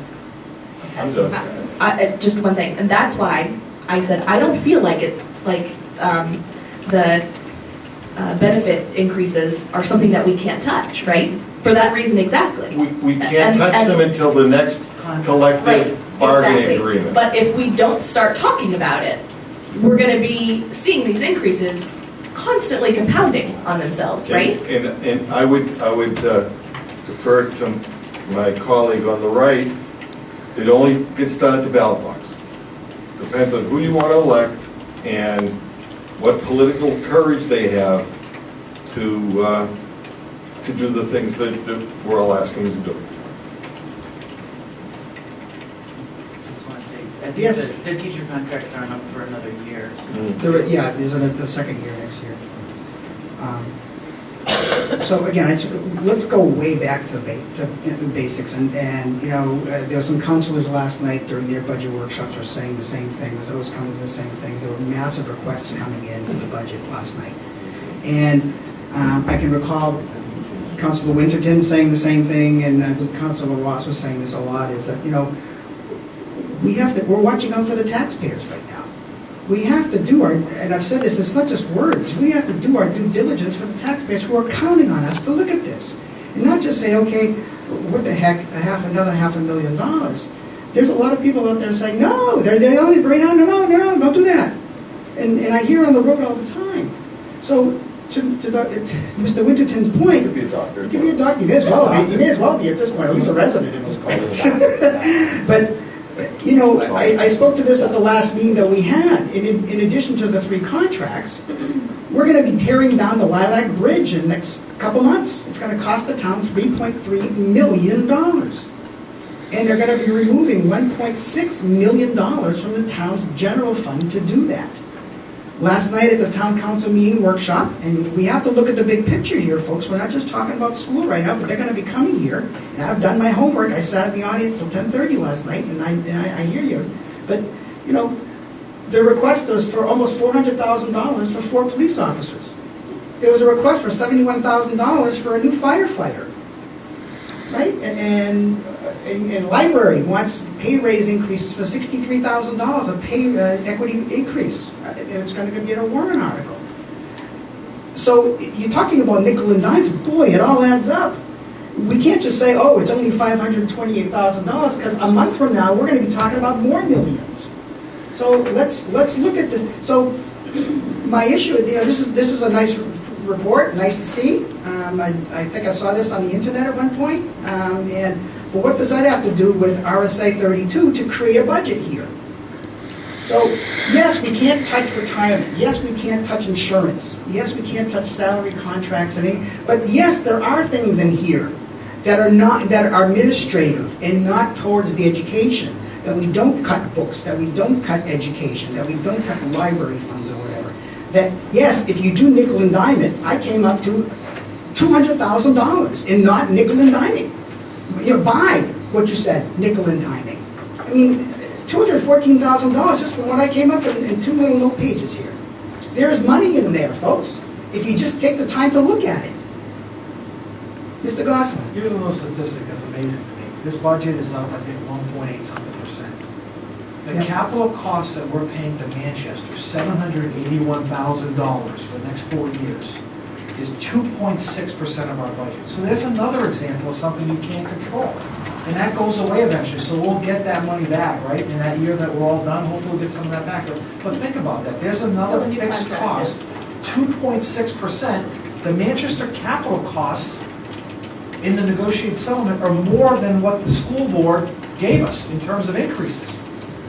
So, I'll just, okay, Mr. Cronin. Well, just, you heard all these increases. If you remember, the school district was looking for all sorts of increases, and the school board had cut a lot of those things that were deemed important by the administration to have in order to get to where it's at. So, you know, schools aren't getting what they want. You know, they've had to make, they've made sacrifices, and that's where we're at. So again, I say I won't call Michelle, let everybody speak, because I know there's some people. No, at this point, if there's a motion on the floor to approve the budget, at this point, there would be amendment. Recommended, thank you. At this point, there would be amendments, at this point, to increase it or reduce it. Now is when you want to propose, whatever you want to propose, a cut or an increase. Are there any forthcoming? Because I've got some. Just to throw them out there. Just to throw them out there. See if anyone wants it. If you vote no, fine. I move the motion. We haven't voted on the first motion, so Right. we can't make an amendment to the motion until, right? No, in a discussion of the Okay, motion, okay. you can make amendments to the motion and cut $10,000 or $5,000 or add $50,000. This is the time to do it, okay? Because otherwise, we approve the budget or not approve the budget, and then we're done. So this is the moment right here. If you guys want to do something with this budget, now's the time to raise your hand and present the motion. Sorry, I just want to make Yes, sure. Ms. Jennings. So any amendments made in the discussion of this will then, when it's all said and done, a new number will just be That's voted correct. on, is that correct? That's correct.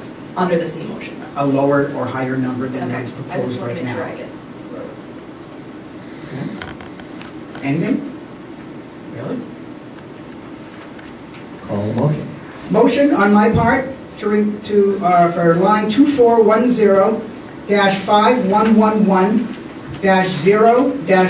2410-5111-0-00-96.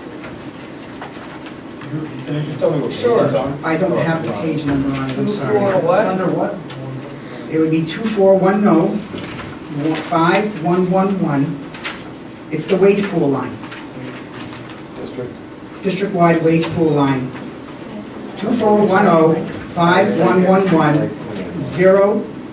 2410-5111-00096. Wage pool district-wide, School district like $26,435.47. I'm going to make a motion to $26,435.47. Excuse me, 28,989? I have 26,435.47. That's what I want to reduce. That was the 14-15 approved That's the one we're budget. living in now. That's last year's budget. What is the number for this year? 28,989.05. 28,988,905. 8905. And that's the number, I want to reduce. You're working off last. 28,9, okay, what did we say? So the motion is to Motion. reduce 28,000? What's the number? 20,098, 28,989. Thank you. 89 Reduce it by, to zero. I made the motions, or a second to that motion. Second for clarification on what it is. Second, by Mr. Gosselin. Every year, they have a wage pool line for all the directors, as principals, assistant principals, media director, technology director, the curriculum directors, and those directors. And to my point all along here, that doesn't cut education. That cuts the bureaucracy of education. That reduces the point that they're already making, $95,000, plus all of their benefits, plus all their workshops and courses and staff improvements and all that stuff. That's the kind of thing I'm talking about. It doesn't touch a single book or affect a single child. But it sends a point that they already get enough benefits to add an additional raise of about $1,700 per year for these directors. That's what my point would be, was to remove the wage pool line by that amount. So how is that calculated, if you can clarify? I guess I'm still not quite following. It's a wage pool, like almost like a bonus? or- Yeah, the bonus. So how is that calculated? It's a rate, it would be a rate. It's a raise. It's a raise. Well, it's a Is bonus. but that that's to their not- base salary, or is it just like a Yes. bonus amount? No, it would be a raise. It'd be a raise. And That's their why salaries. year-over-year A bonus would be increase. not affecting their salary. This is a raise. But there are also increases to the actual, like, if you just go down a couple of lines, right, where it says assistant principal salaries or principal And salaries. that's contractual. It would- So they have contractual, I don't know, State- like cost of living, basically, like raises every year, and then they get an additional raise that's not in their contract. Is that, I just want to make sure that I understand it correct. That's my understanding of it. Is that right? That's right? Okay. That's what I want to make sure that I understand. Who is covered under the wage pool? I think we need clarification. Who is covered? So it is not the people in the, under union contracts. It's Everybody else. admin, outside of, and I don't know, they could give some to principals and whatnot too. It's not principals in just. It's a pool. It's anybody who's not under the union This contract. could be administrative Principals? assistants. Right. No, I don't think they go that low. Well, are they covered under the union contract? No. So they are not. So, Not the people that work in the office. right, right. So these are the people that are covered, because they don't have contracts, right? They're So hourly these are the employee. people who are covered under the wage pool. But I don't think there's anything that defines how a wage pool can be distributed. So technically, But it it is- couldn't be given, or it couldn't be given to somebody that was under a contract. Or no, I don't. No. If you look at the salary lines, you'll see a $1,700 increase in their salaries, for instance. Every So year, that's contractual. every year that the wage pool is in there, they receive about $1,700 a year in raises. Can I make a point? Yes. Although I think this is noble, I don't want to vote on anything unless I have more specifics. But what else do you want to know? This is How what- does this impact, I don't need people, but how does this impact individuals? Like, I don't still have a clear understanding of, like, is it someone who's making 30,000 and it's 17? Is it one other person that's making 80, making extra 1,700?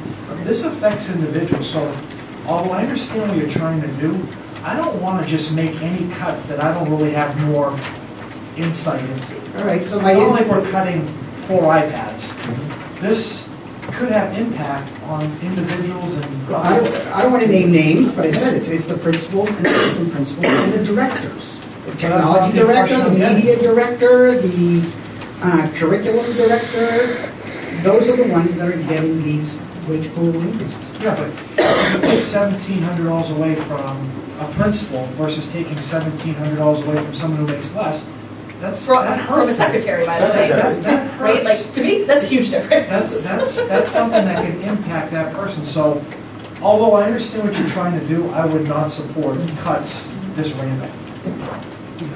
If I knew who was getting it. And the idea that this doesn't impact education is baloney. Correct. I mean, I don't think that non-merit-based increases on top of contractual increases affect education whatsoever. What it would do simply is say, okay, well, you're already getting this contractual bonus, apparently regardless, because they're not merit-based, right? So you're gonna get this anyways, here it is.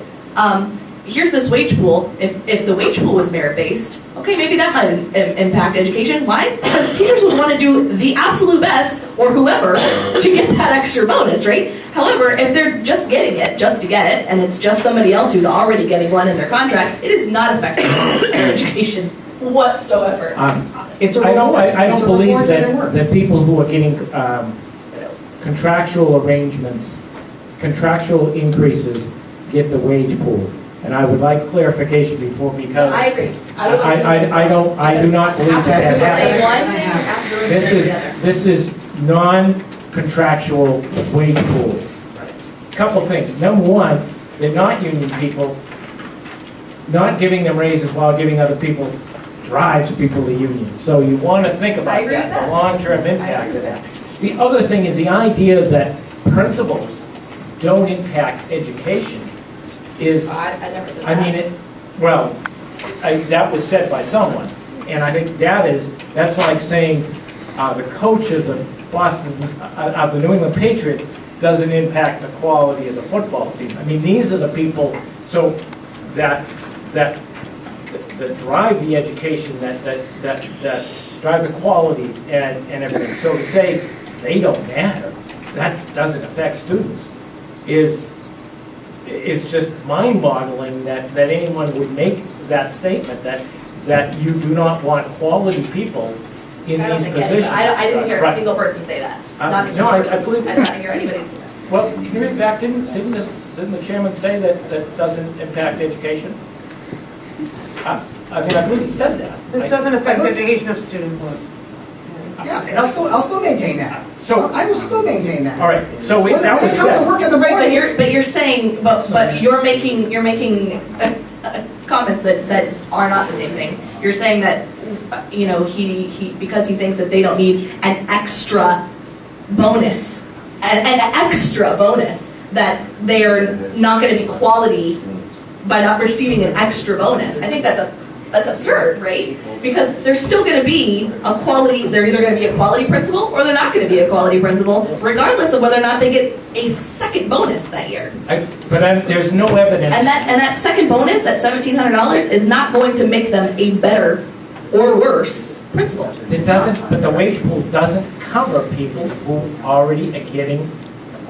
I just want to know if that's, I would love Yes, it proof does. of one way or another, because that's all I want to know. And, That's all I want to know. and, you know, so I think that, so we need clarification Great, of that. absolutely.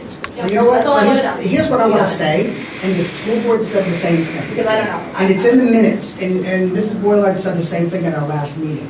There's not enough data for that. And we continue to ask for data-driven information, and if we don't get the data-driven information, we have to deliberate on the information that we have. Did we ask? We should have asked. We have plenty of time, folks, before the deliberative session. We can have her go right tomorrow at their meeting on Monday. And I ask do- these I- questions This is our last back meeting to us. before the hearing. I know it's not contractual, the wage pool line. I also know it's in the default budget, but it's not supposed to be in the default budget. That's one of those lines that they know that's not in the default budget, but it's still there. Okay, why is a wage pool line should be in the default budget? Excuse I'm me, saying, Chair, They get, one moment, they get, you know, in addition to this wage pool line, it's the same facts. It's the same directors that are getting this bonus, or the salary increase. They make $90,000 a year, plus the 4 courses, plus the workshops that they go to, plus the conferences, when they're going to Atlanta. 4 people going to Atlanta. I thought we heard, let's spend more time with the kids. So instead, it's all about what can we get out of this? So my simple motion was to remove the wage pool line as a point that, as I said before, it's not about the education of children to reduce this, it's about the administration and the bureaucracy of education of the children, and this directly pinpoints that point. Mr. Harris, Yeah, thank you. In looking at this, it hasn't shown up in the 11-12 actuals, the 12-13 actuals, the 13-14, only in the 14-15 approved budget. So they zeroed it out for 3 years, is that what you say? Is that why? We zeroed it out, yes. This budget committee It zeroed gets it out. distributed. It gets distributed. So it shows up in the lines with the people in the transferred out. administrative assistants or secretaries or whatever. It gets These distributed to additional their lines, lines. right? So it turns into budget transfers, right. I know for a fact that this committee So is I very. divided this number by 1,700, is that, and I come up with 17, is it 17 individuals getting 1,700? See, for me, I still don't have clarity as to what, who this is. The top, Why can't we look at this up? Mr. Goss, the top echelon, the top echelon of the school, of the There school aren't 17 district, principals that's and who gets, assistant principals. but also, if you want specific distribution, I don't know, but it's the top echelon. Well, I Do the don't- secretaries get? I don't know, but this what's the money? point? It's $26,000 spread out to the top echelon. That's as far as the specific. Are the administrators, I'm not, what is the proper title for the people that? I don't think it goes that low. Administrative assistant. It's at the discretion of the super. Right, And it's not contractual, it's not, those are already in their lines. in their lines. So this is people who are not covered under a contract. And those people are the administrative assistants. No, it's directors.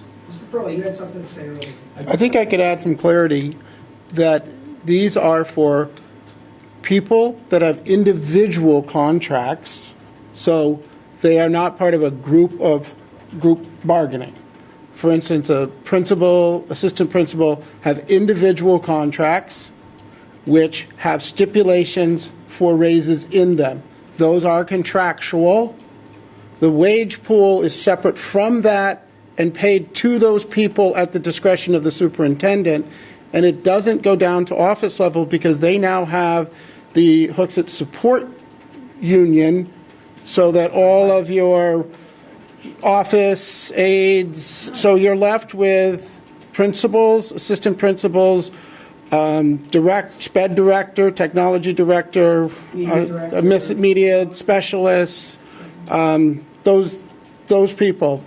That's, Top echelon, the leaders. well, you call it what you want, but that's who they are. One quick question, maybe you know this.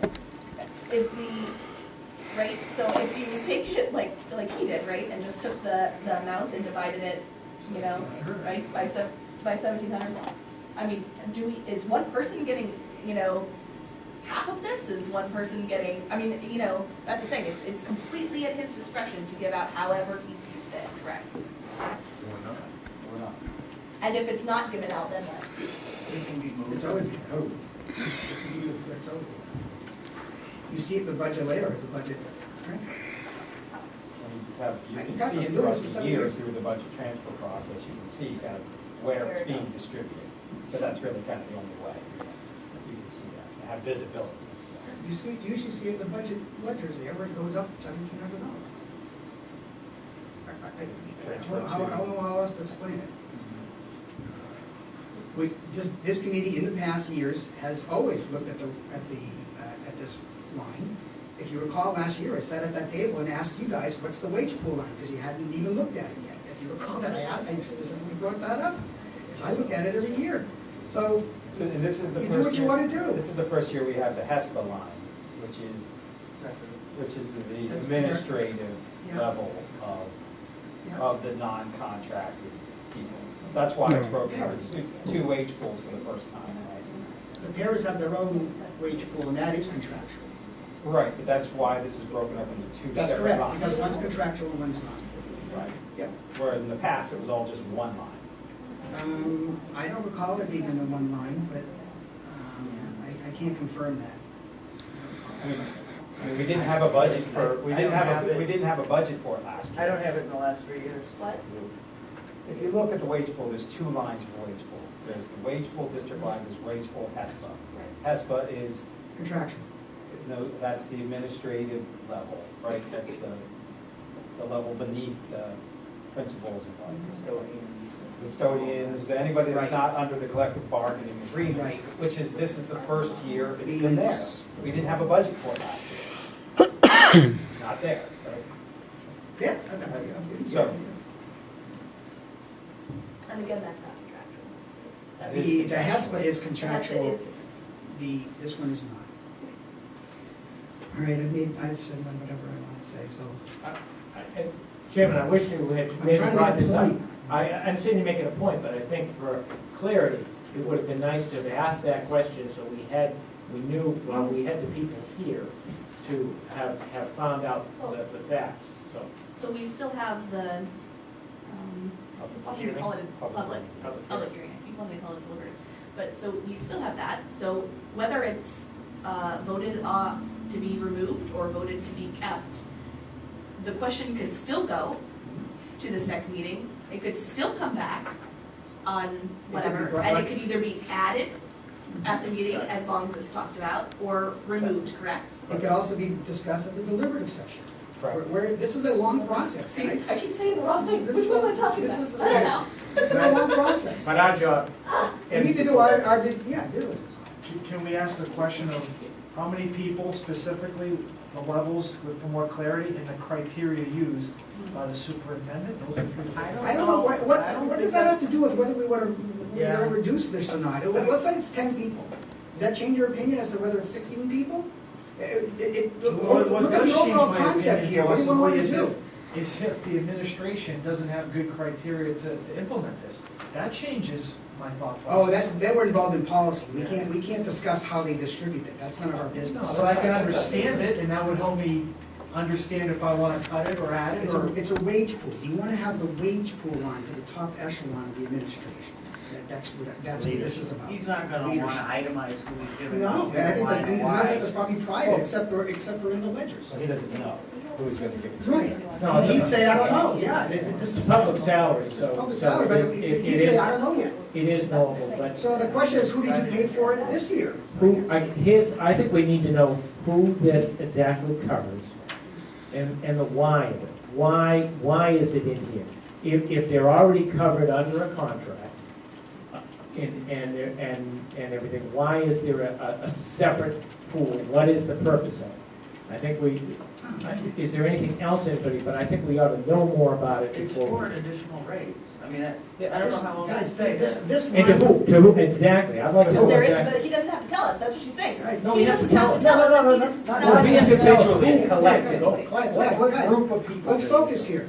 Again, the point, this line, this wage pool line is in the budget every year. To bring the point to fact, it's in the default budget. So it's in the budget every year. Otherwise, it wouldn't be in the default budget. Now, they've already admitted, as they were doing their default budgets, deliberations on what to take and what not to take, the superintendent admitted, oops, yeah, the wage pool line shouldn't be in there. But that was after the fact, after the school board meeting. Okay, so it's in the default. So clearly, it's here every year. It's because it's in the default, which means it has to go up every year. It's not a one-time expense. They put it in there every single year, and that's my point. This is the kind of year right now that I want to address these kinds of things. Well, that's what I meant. I still think we need clarity on this. I don't see whether it's 5 or 10 or 12. It is the job, it's the principals, assistants, I seem to remember, and I'm pretty good at these numbers because I've been here many years. 2.5. The increase was $1,741 per director. That's my number in my head, and I don't want to swear. Separate from what they got under Yes, contractual and here's their arrangement. contracts, right, am I right to know? Here's their contracts, okay? And it says nothing about a wage pool here, okay? I got their contracts, they're right here. So, I still I'm- would like clarification from the business administrator or the superintendent as to exactly what this, how this is going to be utilized, who is covered under this, and are they getting a raise from any other source? okay, and who says they have to deserve a raise? I didn't get a raise this year. Mark, Well, I'm just asking I'm just whether. saying, I'm not it's a averse. tough economy. I'm just asking if we could just get a little more clarification. Sure. I'm gonna be patient with this. Sure. And then, Well, here's We the gotta- thing, I gotta- no matter how this vote transpires, it can be revisited. That's the thing. Anything can be As long as we revisited. talk about it. We're running out of time, guys. So, again, the clock is ticking, once again, the clock is ticking. We're supposed to be doing due diligence to the budget review, okay? And we're spinning our wheels on one line. So, Let's vote.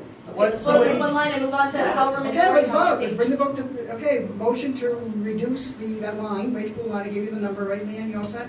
I can read it if you like. Okay, Hold on, let me go back. Motion is to amend, to reduce line 2410-511-000096, the wage pool district-wide, $28,989 to 0. Seconded by Pat Boston. Is that correct? All in favor, we'll do some hands. All in favor, raise your hand, please. Okay. All against? Those three to 3? 3 to 5, we're 8 here, right? 3, 4, 9, so who didn't vote? Oh, I was up. No, for now. No, so it's 3 to 6? Yeah, and can I just want to say that, should we get information, right, that would possibly have an impact, I'm more than happy to revisit this at the, whatever. We don't have to say that. Meeting. We can always do that. But Yeah. I just don't know what kind of I value, mean, I would love to do that. I would love to have more information on it. I just don't know what To change my- value of information that you would need to alter your decision on this. I guess that's enough. I want to hear from the Me people, too. not from That's you, exactly- frankly. That's I want to fine. hear from exactly how it's used. I guess what I'm saying, I've been doing this for many, many years. I've asked that question many times, which is why I guess I didn't ask the question. Because I already knew the answer. So, can I just to clarify, I'm going to ask the super, what's the wage pool and who's covered under it? And do they receive increases from other, besides them? Yes. That's What other because- contractual or non-contractual increases do they receive aside from from this? that wage. Would it be appropriate to ask how he distributed it last year? I was just gonna say, Without ask the him individuals? whether or not it's been paid Thinking out. last year or this year? This year. Well, in the current, I think they pay it out in July. in the current budget. Then Well, the last time it got paid out. So that's part of our budget, right? First month, yes. So we should know how our last year. I believe they pay it out in the first month. Can we ask the question? Or distribute it on a monthly basis, so. Can we also ask if they were to get another contractual obligation plus this, what the average percentage overall ends up being? I mean, You know, We can figure that We out. can add we that. can see that in the other budget lines. If we're looking at the budget lines, all the other things that come up, again, the workshops and the conferences and the trips and all that other stuff. Could we, yeah, but that's separate, we just want to know, I think most people here want to know, which is the increase. Salary. Okay. Could we ask, Chairman? Yes. Could we ask, was this amount used last year specifically to pay those increases to employees, or was it spent somewhere else in the budget? And that amount was $26,435.47. Last year, so they do Yes. have a number, so Specifically, they I did would love to pay. know. No, that's last year's budget. That was Since the we budget. don't have actuals on I'm it. asking the actual one. Okay. But you said pay it in July, so it should be. I actual. don't count me on No, that, no, but no. I think that's how they. Potentially, we have Count actuals. for it. Potentially, we have actuals. That'd be great. Because they would have to do it on a monthly basis, right? It goes into your salary and whatever portion of that goes into your We'll salary. find out. Another $100 or whatever, right? So. All right, what you got? So let me go for some big stuff. Okay. To bring another point home, and at the moment, I'm going to follow basically what the school board had already discussed and made notes to it to follow on. The other point of contention at this point was the high school special education coordinator at 1200511130061. Now, the number there, I'm sorry, one more time, is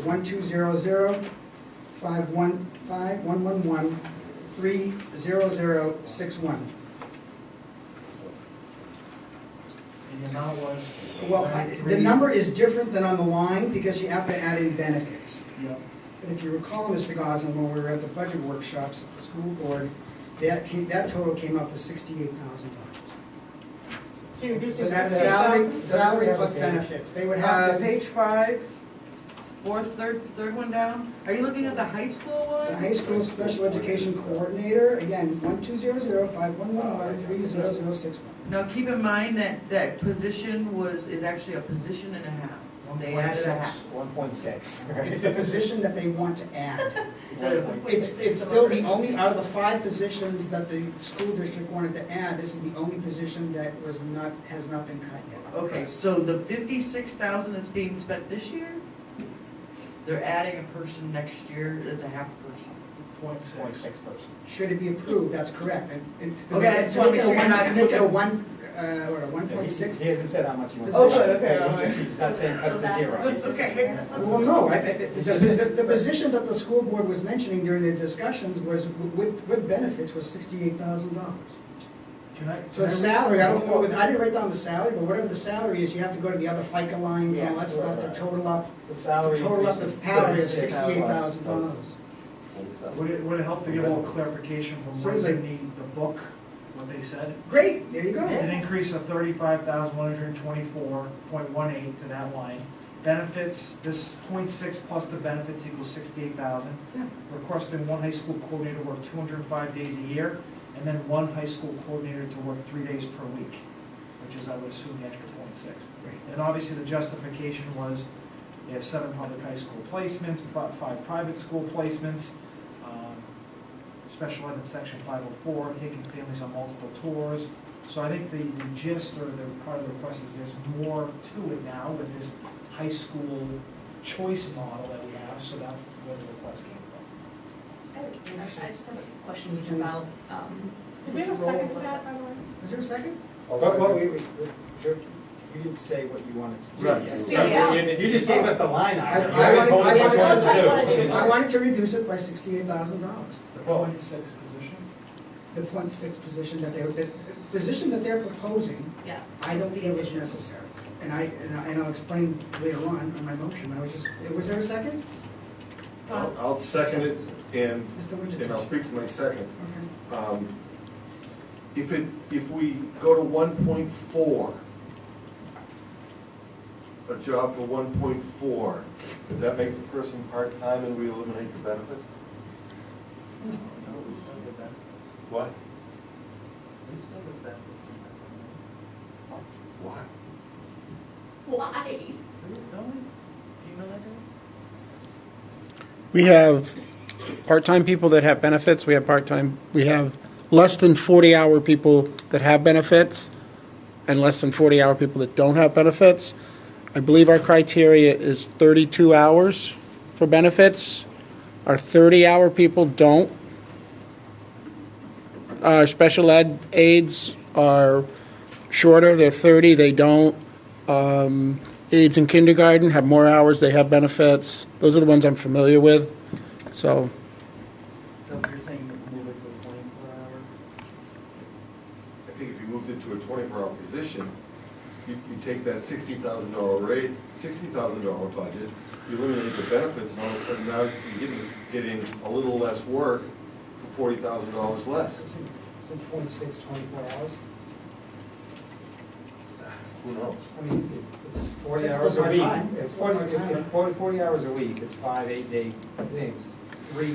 What they're saying is 3 days, that's 24 hours already. Then why would it be include a benefit package? If I recall, Mr. Boylard, this was one of those where, isn't there like 2 part-timers, and they were gonna make full-time and then add another part-time instead, that kind of thing? Right, so aren't we losing another position on the other side of it? Does that make 2 part-timers into 1 full-timer? It was gonna be a full-time At a part-time, right. Both with benefits or Right. one with benefits? they both have benefits. Both with benefits. So what you're proposing is one full-time and one with benefits, one part-time without. Problem is, we can't decide that. Right, but we can, only we can fund it. encourage it, We we can can fund encourage it. it. by We can funding fund for it. specific amount. So make it half then. Okay, is that an The amendment? vote's on. Is that an So you amendment? want No, an I think it's an amendment? amendment. I'd like to make an amendment Mr. to Wood? reduce it by $30,000. Amendment for $30,000 instead of 68. So wait a minute, we're getting into, we have a motion, and now you made an amendment to the motion, and now we have an amendment to the amendment. There's another amendment there? Well, he's just made an amendment to your amendment. And you're already amended to I your. didn't You're amend it. Did I amending amend mine. anything? You're Yeah, amending his motion. you're amending my motion. Oh, okay. you know, So- the- So So what just- is called so for just you is gonna withdraw- get amended withdraw out. your- All right, I withdraw my Amended motion, out. and who had You're the second better on off that? failing it Right, and right. making a new No, motion. we'll just withdraw my motion. Who seconded that? I did. Okay, he's withdrawing his second. Okay, so let's go. So, make a motion. Make a motion. I'd move to reduce the salary line at 3112005111-3-0061, reduce that salary line by $30,000. Second by Mrs. Jennings. So it would then become 63,244. Okay?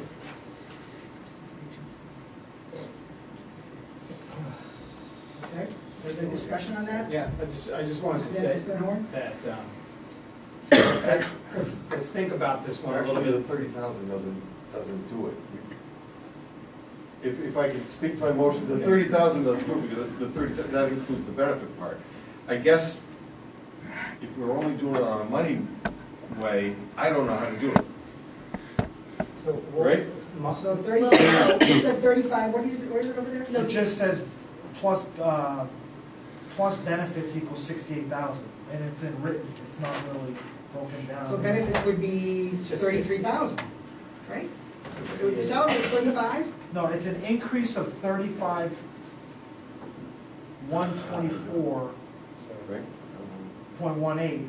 No, it says it's plus benefits equals 68,000. Right, so Fine, 35 but you plus have to pick a 31, line, right? 31 in benefits, And that if would be this is what 60. we're talking about. 35 you plus just have to pick a 33? line and Is go that with the way it, we interpret this? Right? Because they can shift it from the 68. benefits lines back to that line. Pick a number. 35 and 32 would be 30,000. 68. It is, 30,000. no, Yeah.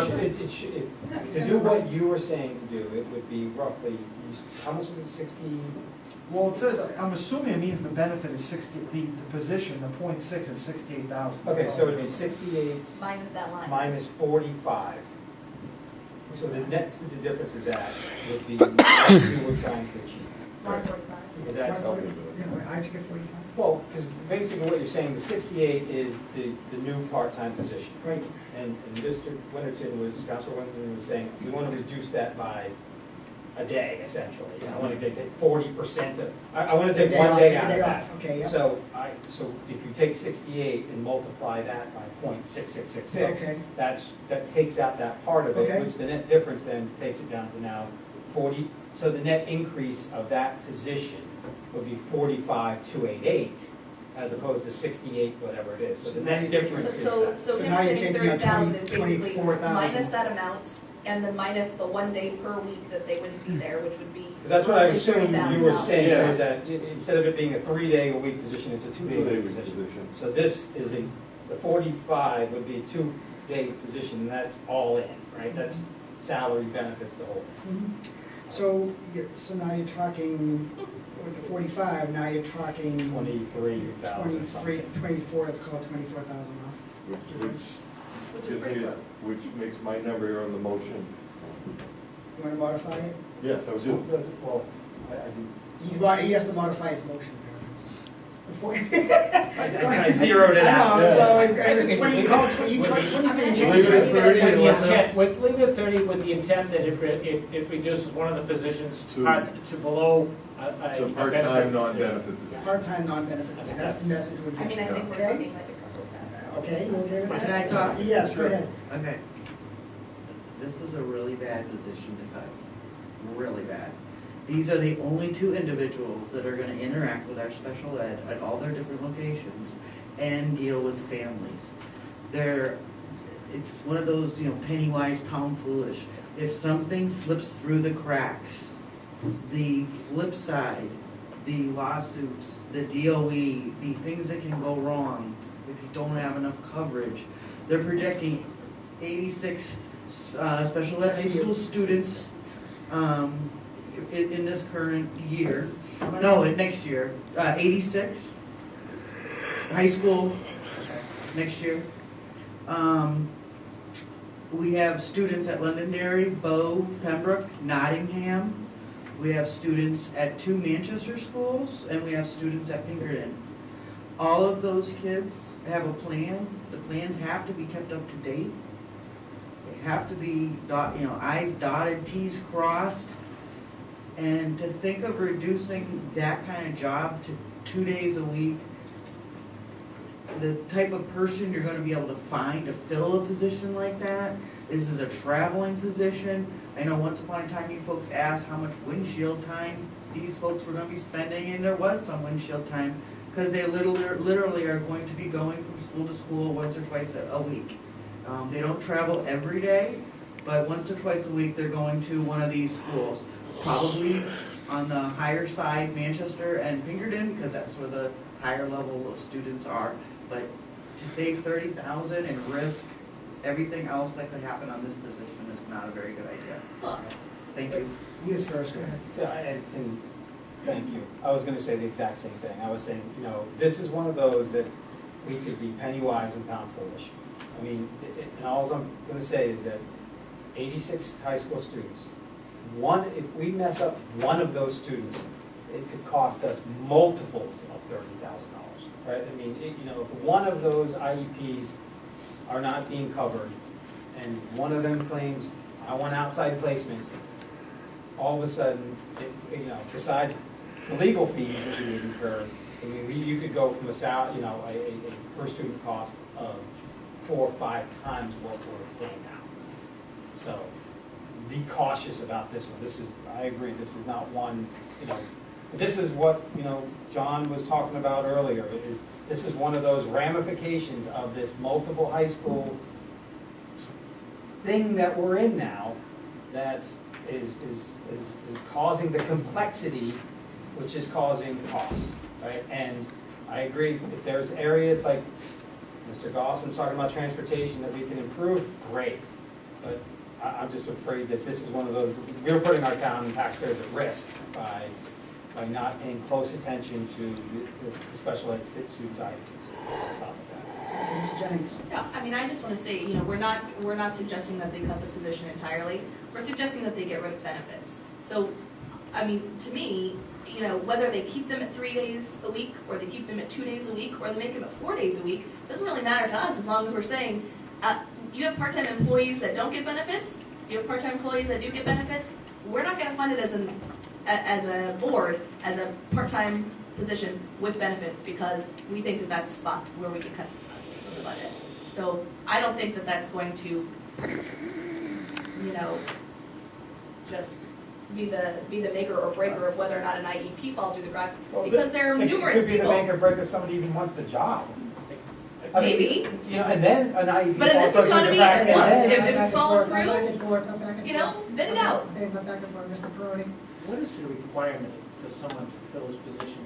Is it a high school education, or do they need a little bit more than a high school education to do this job? Oh, yeah, they're pretty high up, at least a bachelor's. So we're talking about highly qualified people doing this job, and now you want to say to them, but you don't get you're not going to get benefits. I mean, that's the Let's go back to what the review said. Christine had said, I had asked, and it was also addressed at the school board, do these SPED coordinators get trained? These paraprofessionals for SPED get trained? And they said, no, they're kind of on-the-job training.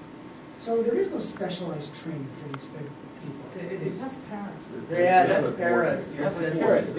These are people, what is the level that you're talking about here? I mean, I think, because everybody likes to talk down about these are highly qualified people.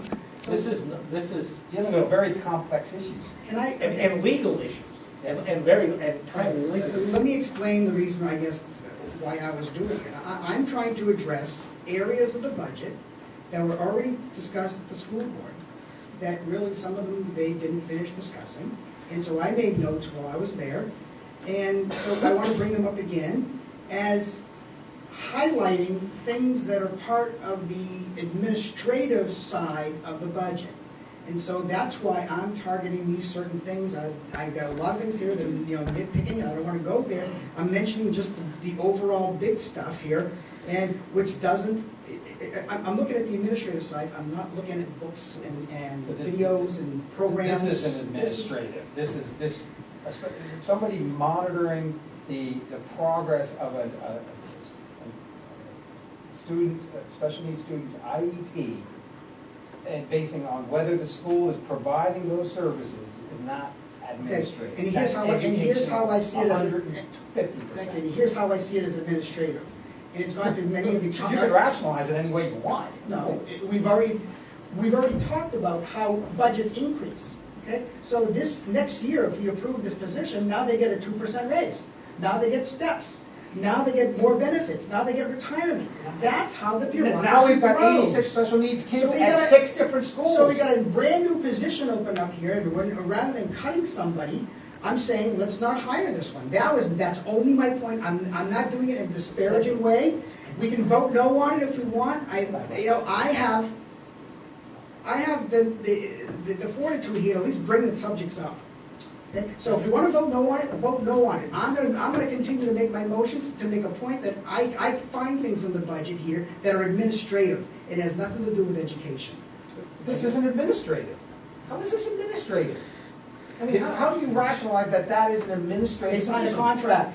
What? They signed a contract. So what? That's administrative. Are you serious? I mean, is it a teacher side, I mean, does a teacher administrative? I mean, seriously, I mean, how is this administrative? Then that was inappropriate as well. I mean, how is somebody? Honest to God, tonight, everybody is acting like fifth graders, right? Where all we're doing is bickering. Okay, well, there's a significant portion of people in this room, right? I mean, I would rather get up and walk out of the room tonight Right. than even be a part of the quorum, because what are we doing here? Right. We've got people calling each other names, we've got people cursing at each other, we've got people huffing and puffing and throwing fits. Come on, can we act like adults for the next hour and a half? Guys- or however long we're here, please, for Thank the you. love of God. This is what budget committees do nationwide. There's a built-in tension here. We all know that. There are budget committees in other towns that have laid off 100 people and cut $1.5 million. All I'm doing is proposing things which other people are not doing just yet, I guess, but at least I'm examining the budget. And I'm proposing at least suggested recommendations to either add or delete. Now, I'm glad we're vetting all this stuff out, and if it doesn't go, fine. I can sleep very well tonight by making my suggestions based on my budget review. Mr. Gospel. Once again, I'd like to have a little more clarity, but the way I envision this role, is, I think it's administrative and educational, the way I look at it. And 86 kids, this is what I'm trying to understand this position, is 86 kids. How much time is the full-time person spending? Are they doing a quarterly meeting with the parents and like a bi-weekly IEP update? They're working 205 days a year. Is that enough time for one person to manage 86 kids? I think there's 2 part-times right now, is what the minutes from last Yeah, night. and they're running, And they're going to one full and one and that's what I part. remember. They're running full-time, yes. Because they're not, they are doing administrative tasks, overseeing IEPs, but they're also doing some educational activities, I would imagine. No educational component whatsoever. So they are administrators. They're the ones that are making sure that the programs and their folders are staying on track, they're getting what they're So supposed to they're be not getting. really interacting They're with the oversight. children. With the family and the children. So how often does that happen? It depends on the child, it depends. It's typically one meeting, family meeting per month. One family meeting per month? Okay. So typically, So 86 meetings per month, possibly, give or take. 205 days. 3 to 4 hours per meeting. Okay. So these are the types of things that could be. I'm just, considered. this is my personal experience. I have one meeting a month with the entire team, which includes the coordinator, and this isn't high school, but, right, my son's not in high school yet. But this is, with special needs, we have that meeting, it's once a month, go through the status of the IEP, what's the progress, are they being met, those type of things. So roughly three hours. Okay. So it's intense. Mr. Chairman? Yes, Mr. Winter. I have made this motion, and while the discussion has not always been the way that I would hope it would go, I have learned from this discussion what this job does, the importance of this job to the school board.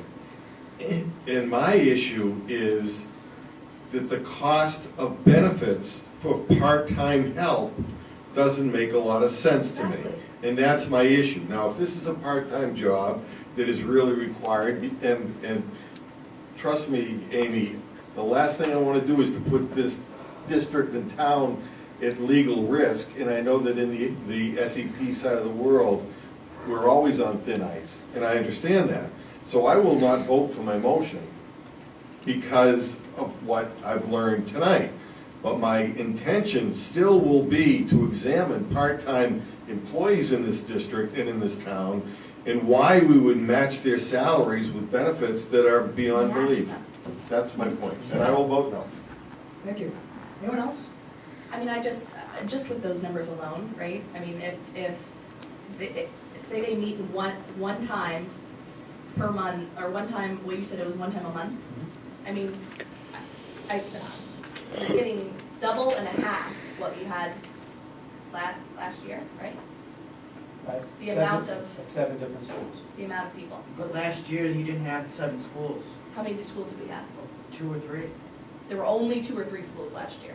Yeah, because the freshman class of this year started at Pinkerton. And this current class was the class that they allowed the kids to choose MOUs if they were special But ed. last year, we had 1 special education student. And there was a line item in our special ed that called for that. Called it out. There was one kiddo at Pinkerton. So we didn't have this in 2013. Where was it last year? They were all in one school. Manchester. West or Central. There was some at Pembroke, some at Nottingham. That's this Last year. year. That's this year. This year. It was almost primarily at Manchester. And we had 2 people that were part-time. Were they both receiving benefits? Okay. Yes. Can I ask for a point of clarification? So Certainly. you stated 86 kids. I know the school, the administrative unit came up with a more detailed breakdown of all the high school kids, grades 9 through 12, but it actually breaks it down into section 504 students and special ed students, which I will admit I don't have a complete understanding how they are different. It's 133 students that belong to those 2 groups. Section high 5 school? In high school, Okay. between grades 9 through 12. Okay. So, why is it only 6? They mention here, the position, in addition to current responsibilities for special ed in section 504, they will take families on tours, etc. Why are they only servicing or working with 86 students if there's 133? 86 is a 2015-2016 projection, so you must have some that are aging out. But then there'll be a new group coming on, that's a big. But I just, so these numbers that I see here justify, it seems like it's higher to me. There's 133 grade 9 through 12 students that are coded here, SPED or 504. well, sometimes 504 is It's just, not- they need a little help. Okay. They don't have, I think this has to do with if they have individual educational Yeah, plans, okay. IEPs. So that you could have, be 504 without an IEP. Okay. Right? So I'm thinking that Are we all set on the amendment maybe that's now? the net difference. Are we all set on the amendment now? We all learned enough about what we need to learn about to make the amendment, to make the choice. So the amendment is to drop it down to $30,000 to $30,000. 30, reduce it 30. From 68 to 30. From 93 to It's not one line. 63. It's It's not one multiple line. lines. Yeah. Right, But from 93 with the to FICA 63. and all that stuff. Okay, so What Everybody is- clear on that? But so you're reducing it from 90 93 to 63. to 63. Oh, yes. Well, You that's reduce not the really sal- true either. Yeah, There's but you reduce multiple the lines. salary line and they can move it around. all in favor, raise your hand. 2, opposed? Okay. Call my motion. 2 to 6, was it 2 to 6? How many are we here? 2, 4, 6. 2-7. 2-7. Thank you. Call a motion to approve the budget. Thanks. Call the question, is there a second to that? Second. To call the original motion I had to approve the budget at the number of. Recommend. Recommend. Your motion was To to recommend. To recommend. recommend the total budget, which hasn't changed Yes. Call, I'm Is there- calling the yet. question. Okay, So we've just given up on the rest of the deliberation. apparently. So the, obviously, need the 2/3 vote. All in favor of calling the question to go back to the original motion of the full amount of the budget, raise your hand to call the question. 4? 4. And opposed? 5. Motion fails. You don't have anything? No? Okay, maybe an easy one. Again, I'm trying to highlight points. Okay, we had a long discussion about shipping. Memorial. I want to remove $2,000 sort of, rather than pinpointing all of the shipping, I just want to take it out of one line, just notifying that it should be more shipping. $2,000 of line 1100 5610 010401 general supplies.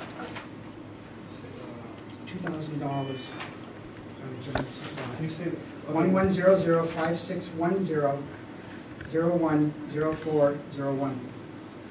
It's in the memorial book. Memorial funds.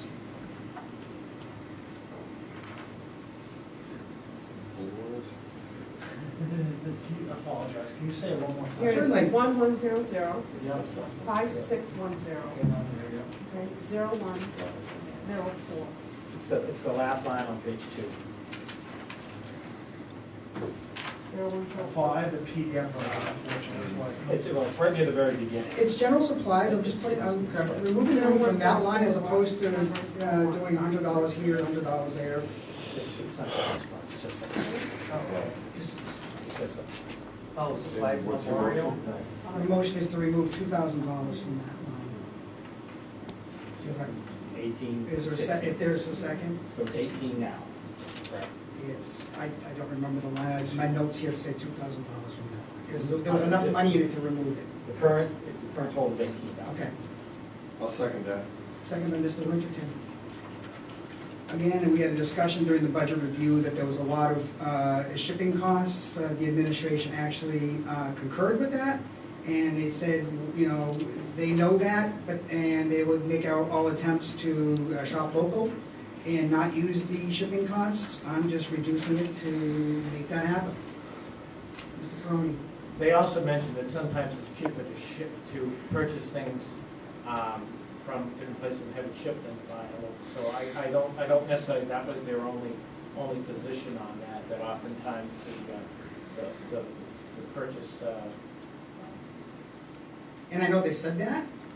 Well, that's what they said. They didn't just say it was In their opinion, and it seems to me from shipping $703 from Minnesota, or, you know, going to Best Buy down the street and not paying $100 at Best Buy when it's just up the street a few miles, 10 miles down the road, I think that's what it costs. They already said to us, they concurred that yes, we do that in fact. We just put in the 15% straight across the board. I'm just saying, I totaled up the ones that I thought we could buy local. Some of the ones I didn't, some of the ones I left in there. But Right. it was actually over $2,000. I'm just putting a straight $2,000. Right. Some they said, but they also said that sometimes it's cheaper to purchase in bulk and ship. So And I don't buy it. Just want to. Well, that's your opinion. And that's their opinion. That's their don't- opinion. But don't characterize their opinion based upon your opinion. That's what they're saying. They have an opinion, I have an opinion. Right, but you were I don't buy characterizing it. their opinion and Shopping- making it follow Shopping yours. local, we had an article in the newspaper just the same week that we talked about that. A big article about shopping local. Okay, motion on the And floor. do not Mrs. Boylard. characterize their opinion with yours. I didn't care, they characterized their opinion about mine. They were ridiculing my point about local. I think it's a lot cheaper to buy local than it would be to be shipping out long distance worldwide. I can't possibly see how that's logical. Mrs. Boylard, you have a point? Yes, does somebody have the book? I just want to make sure we're Which not. book do you mean? I have them here. That would be memorial. Memorial is here. I just want to make sure we're looking at what they intended to buy, so we're not cutting something that they actually needed. well, I mean, he's expecting that you're gonna reallocate. Yeah, he's just saying, he's Well, just I'll saying, know. he's just saying $2,000 out of it and, you know, for shipping in general over multiple months. That's correct. Shipping in general, I was So that's not what generalizing. they're gonna It was Well, $30 it's a- here, it's a- $45 there, $110 here. It's a zero-sum budget, so they can move it from over there. We all seem to be in agreement that the shipping costs were, kind of laughable, and they continue to say, well, it's an ongoing issue. Well, I'm hell bent on fixing it. Mr. Pizarro? Yeah, and I'd like to respond to, you were thinking that's ridiculous, because you're totally overlooking the point that the superintendent made, that you also have to factor in the cost of sending somebody to pick up, the mileage you have to pay that person, the coverage that you have to pay so that person would not be in the building at the time. And you think that is by far less expensive than shipping. I do. There's several lines, Because there's several they lines in here that are waiting mileage, in the building to go do these errands. there are several lines in the budget that are mileage reimbursements. If you asked any volunteer in town right now, I can make 5 phone calls and get 5 trucks here. And you can go somewhere local and get all your supplies and have them done by the end of the day. I'd suggest you compile a list and provide it to the SCU. They'd love to have it. I could do that. If they ask me to do that, I will. You saw what happened at the community profile. Tons of volunteers showed up. There's plenty of volunteers in the town here that are willing to do wonderful things. Salvation Army. There's all kinds of volunteers in town here that are willing to do wonderful things in town to save money for the taxpayers. Is there anything else we need to discuss here, or are you perusing the shipping here? It was about $2,800, I believe. I reduced it to a flat $2,000 out of a $30 million budget. Mr. Chairman, on that, may I make a comment while Certainly. And I think you've just made a very good point out, the size of the budget. I mean, we're asking people to run this budget, and yet we're sitting here sort of just picking through. I think it's becoming the theater of the absurd here a little bit, and not that saving money isn't a good thing, but I think we need to put some faith and belief in the people to run it efficiently and effectively, and saving $1,000 here, a couple. I mean, I think we need to trust them and give them the job, and let's It has stop nothing this. to do with about trust, Mr. Peroni. Their job is to advocate for as much money as possible for their department. We were elected to make sure the taxpayers get their due justice and their due diligence from us to peruse their budget. If it's line by line or not line by line, and there are things in this budget that should be questionable about it. And yes, we shouldn't be afraid to ask these kinds of questions. How come? How come questions? You told me years ago, you don't have to be an accountant to be on the budget committee. You need to ask good probing questions. And that was the term that I've always used. You would always say good probing questions. And that's what I provide to this committee. Can I speak for? Yes. I can appreciate what you're doing, okay? And let me say why, okay?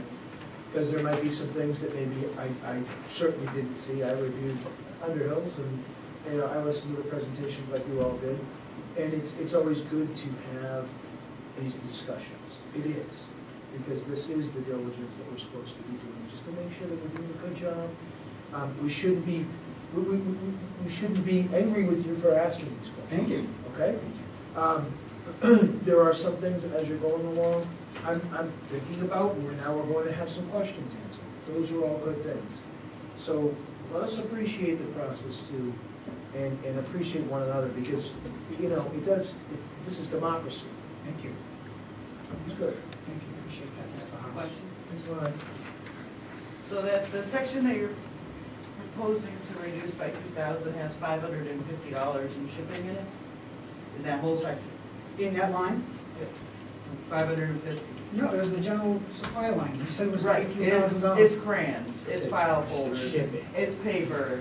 Yes, but they could reduce. What he's saying is instead It's a of bottom line going budget. They could to just 12 different lines and taking out a couple $100 each, Right. this is one of the bigger lines. I can which make a is- motion for $32.42 and do 25 of them, or I could just give you a number. The budget committee does that kind of stuff. And notifying them and the administration that we did something about shipping. Can we vote on- Which can we doesn't move affect the to- education of children.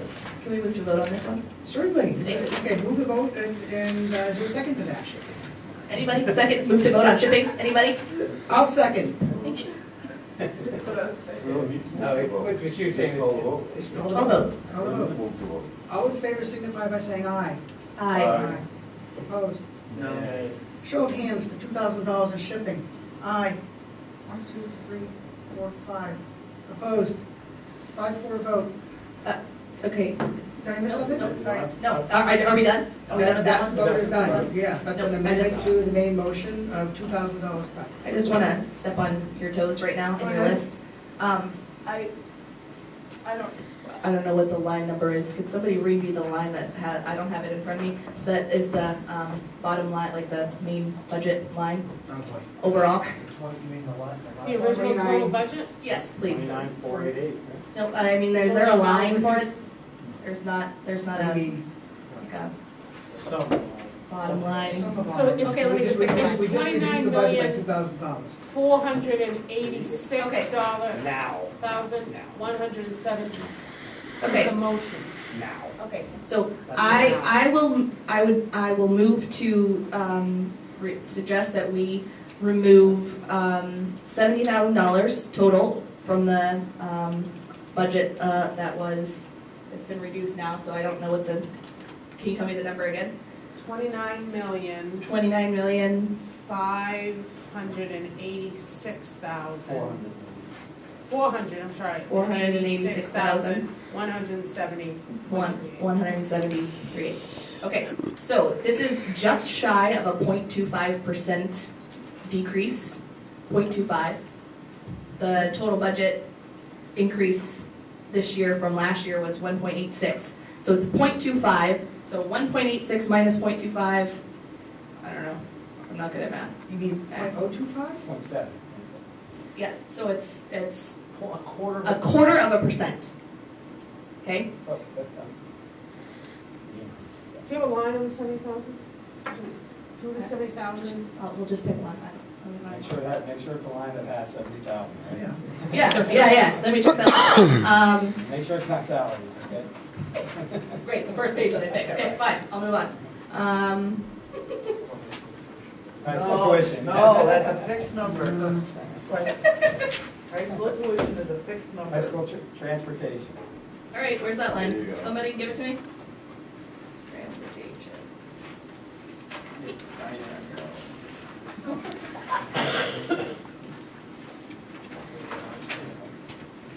It's on page 23.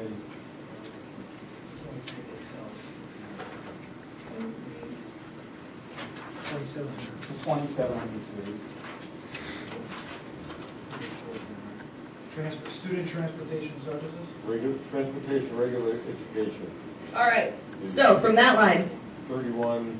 312700 55190-00-32- a bunch of zeros. I'm going to need that again. Transportation services is 2700 5519. 0-00-32.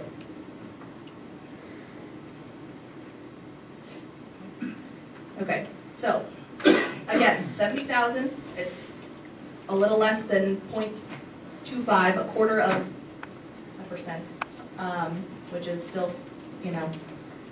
a 1.5% increase, well, more than that, 1.6% increase to the overall budget.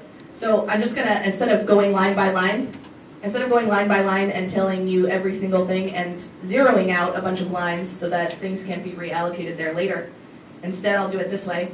So just some random things that I saw when I was going through. Can we get a second first, Stephanie? Second. Thank you. Sorry.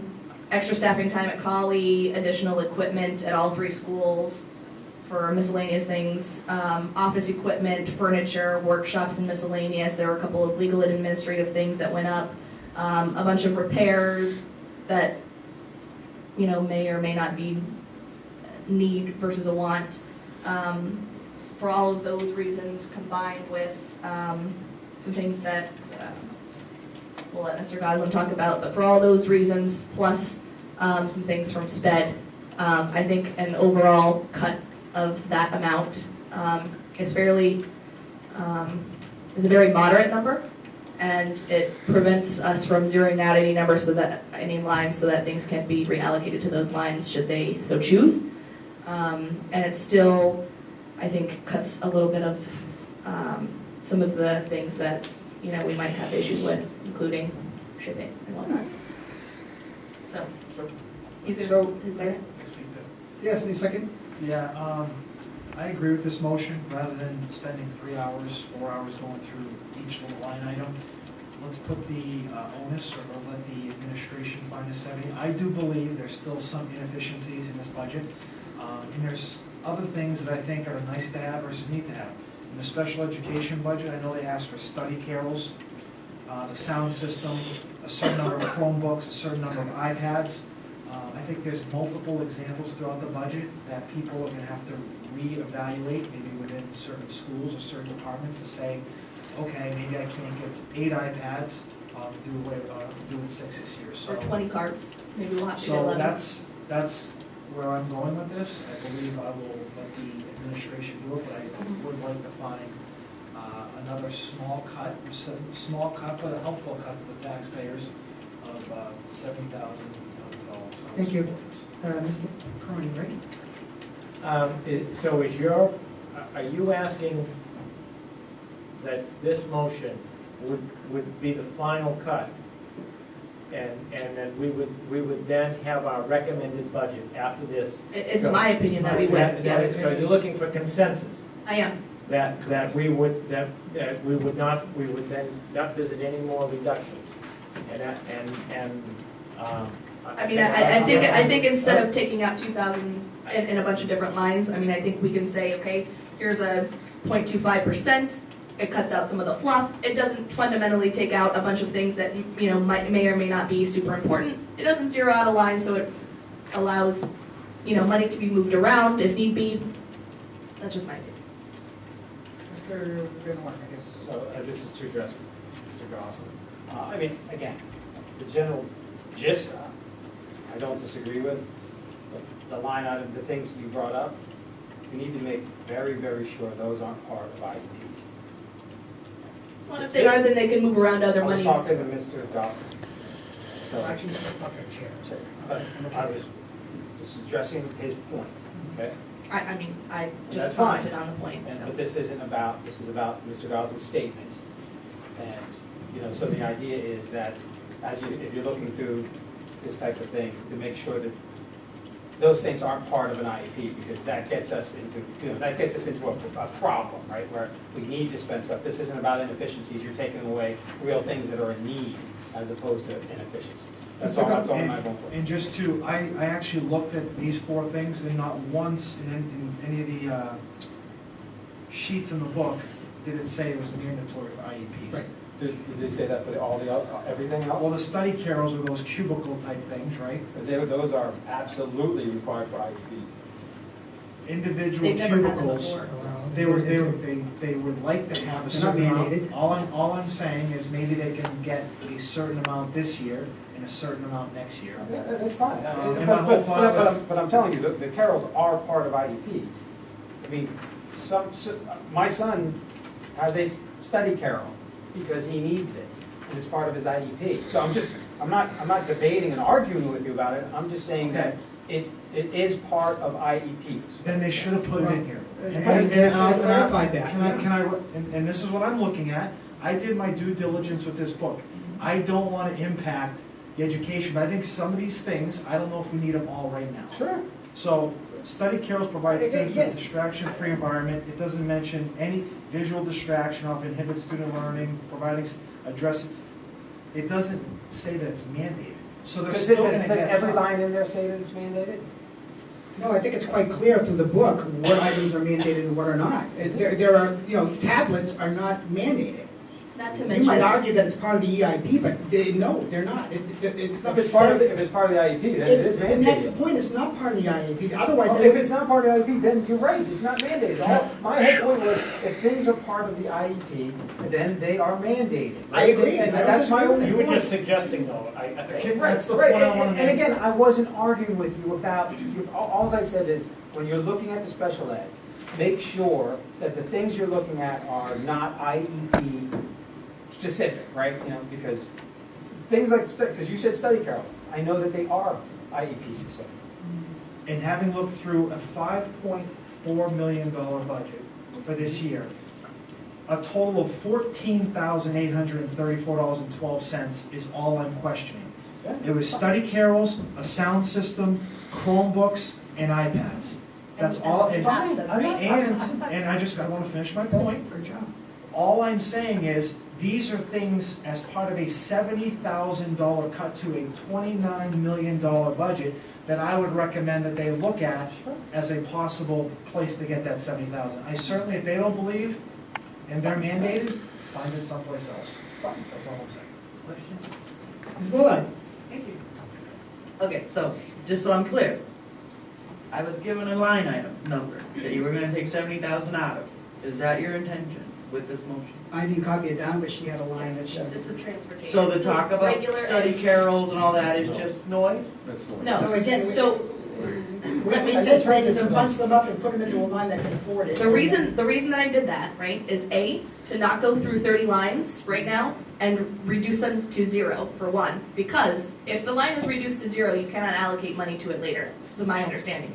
Right. This way, if we take it out, a lump sum, out of a line item that can It's big. like hold it, basically, support it, then you can say, okay, well, we really need those study carols, but we found places over here that we didn't give all of our money out on our wage pool line this year. We're gonna shove some money over to that line. Why? Because it's still open and we can still do it.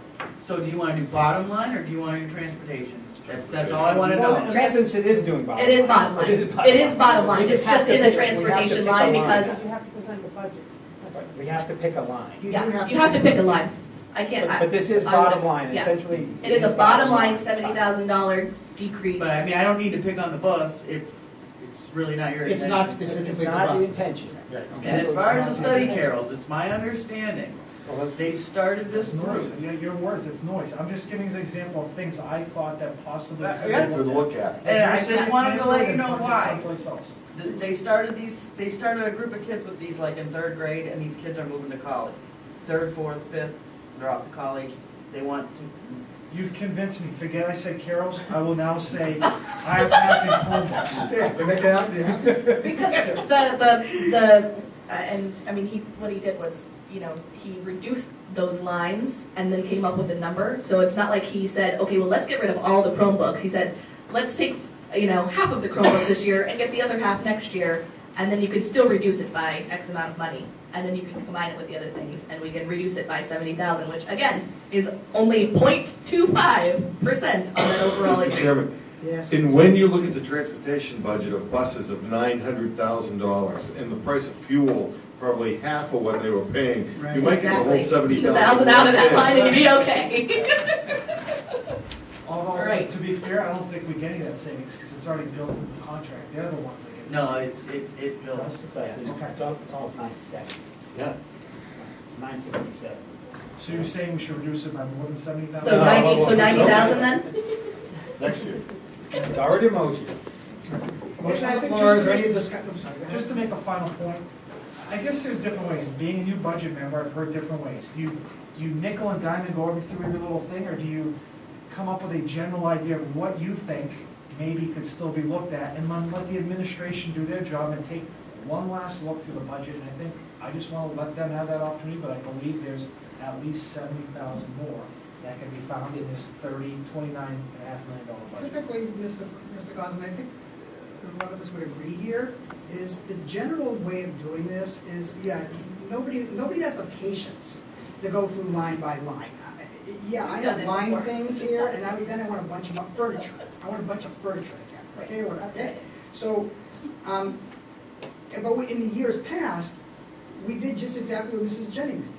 They mentioned the things that call it to the attention of the school board that we have issues with. And that the taxpayers we feel don't deserve or shouldn't have to pay for. And then we lump it up into a line that, is big enough to fit it. I mean, last year, Mr. Pironi made a motion to reduce 1%. Not even That's a dollar. correct. And I remember Mr. Pironi, you went, We went 1%. Well, 5 years ago, put a whole big chunk of line out of the health insurance line. And everybody went, what? So, Again, I'm not opposed to cutting, but I think in this instance, the school board did a tremendous job to bring it down before the default budget. And yes, last year I did make and send a challenge up to the school board. So it's not that I'm opposed, I just felt this year they kind of did their job, and I think the way we've been going at it, and so I'll support it. If this is it, I'll support this motion. If this ends are reducing the budget. And I agree with you, and that's why, in my opinion, this is a good number, 0.25, because I think they did do the hard work. If they hadn't, I would be asking for 1, 1.25, 1.5. Okay, before we, do we need a consensus on that before we vote or whatever? What do you Because mean? I still had some points to make, but I'm willing to go with the $70,000 at this point, if that's the consensus of the board. I was just, again, my motions. Well, if it fails, then go right ahead. Okay, that's fair.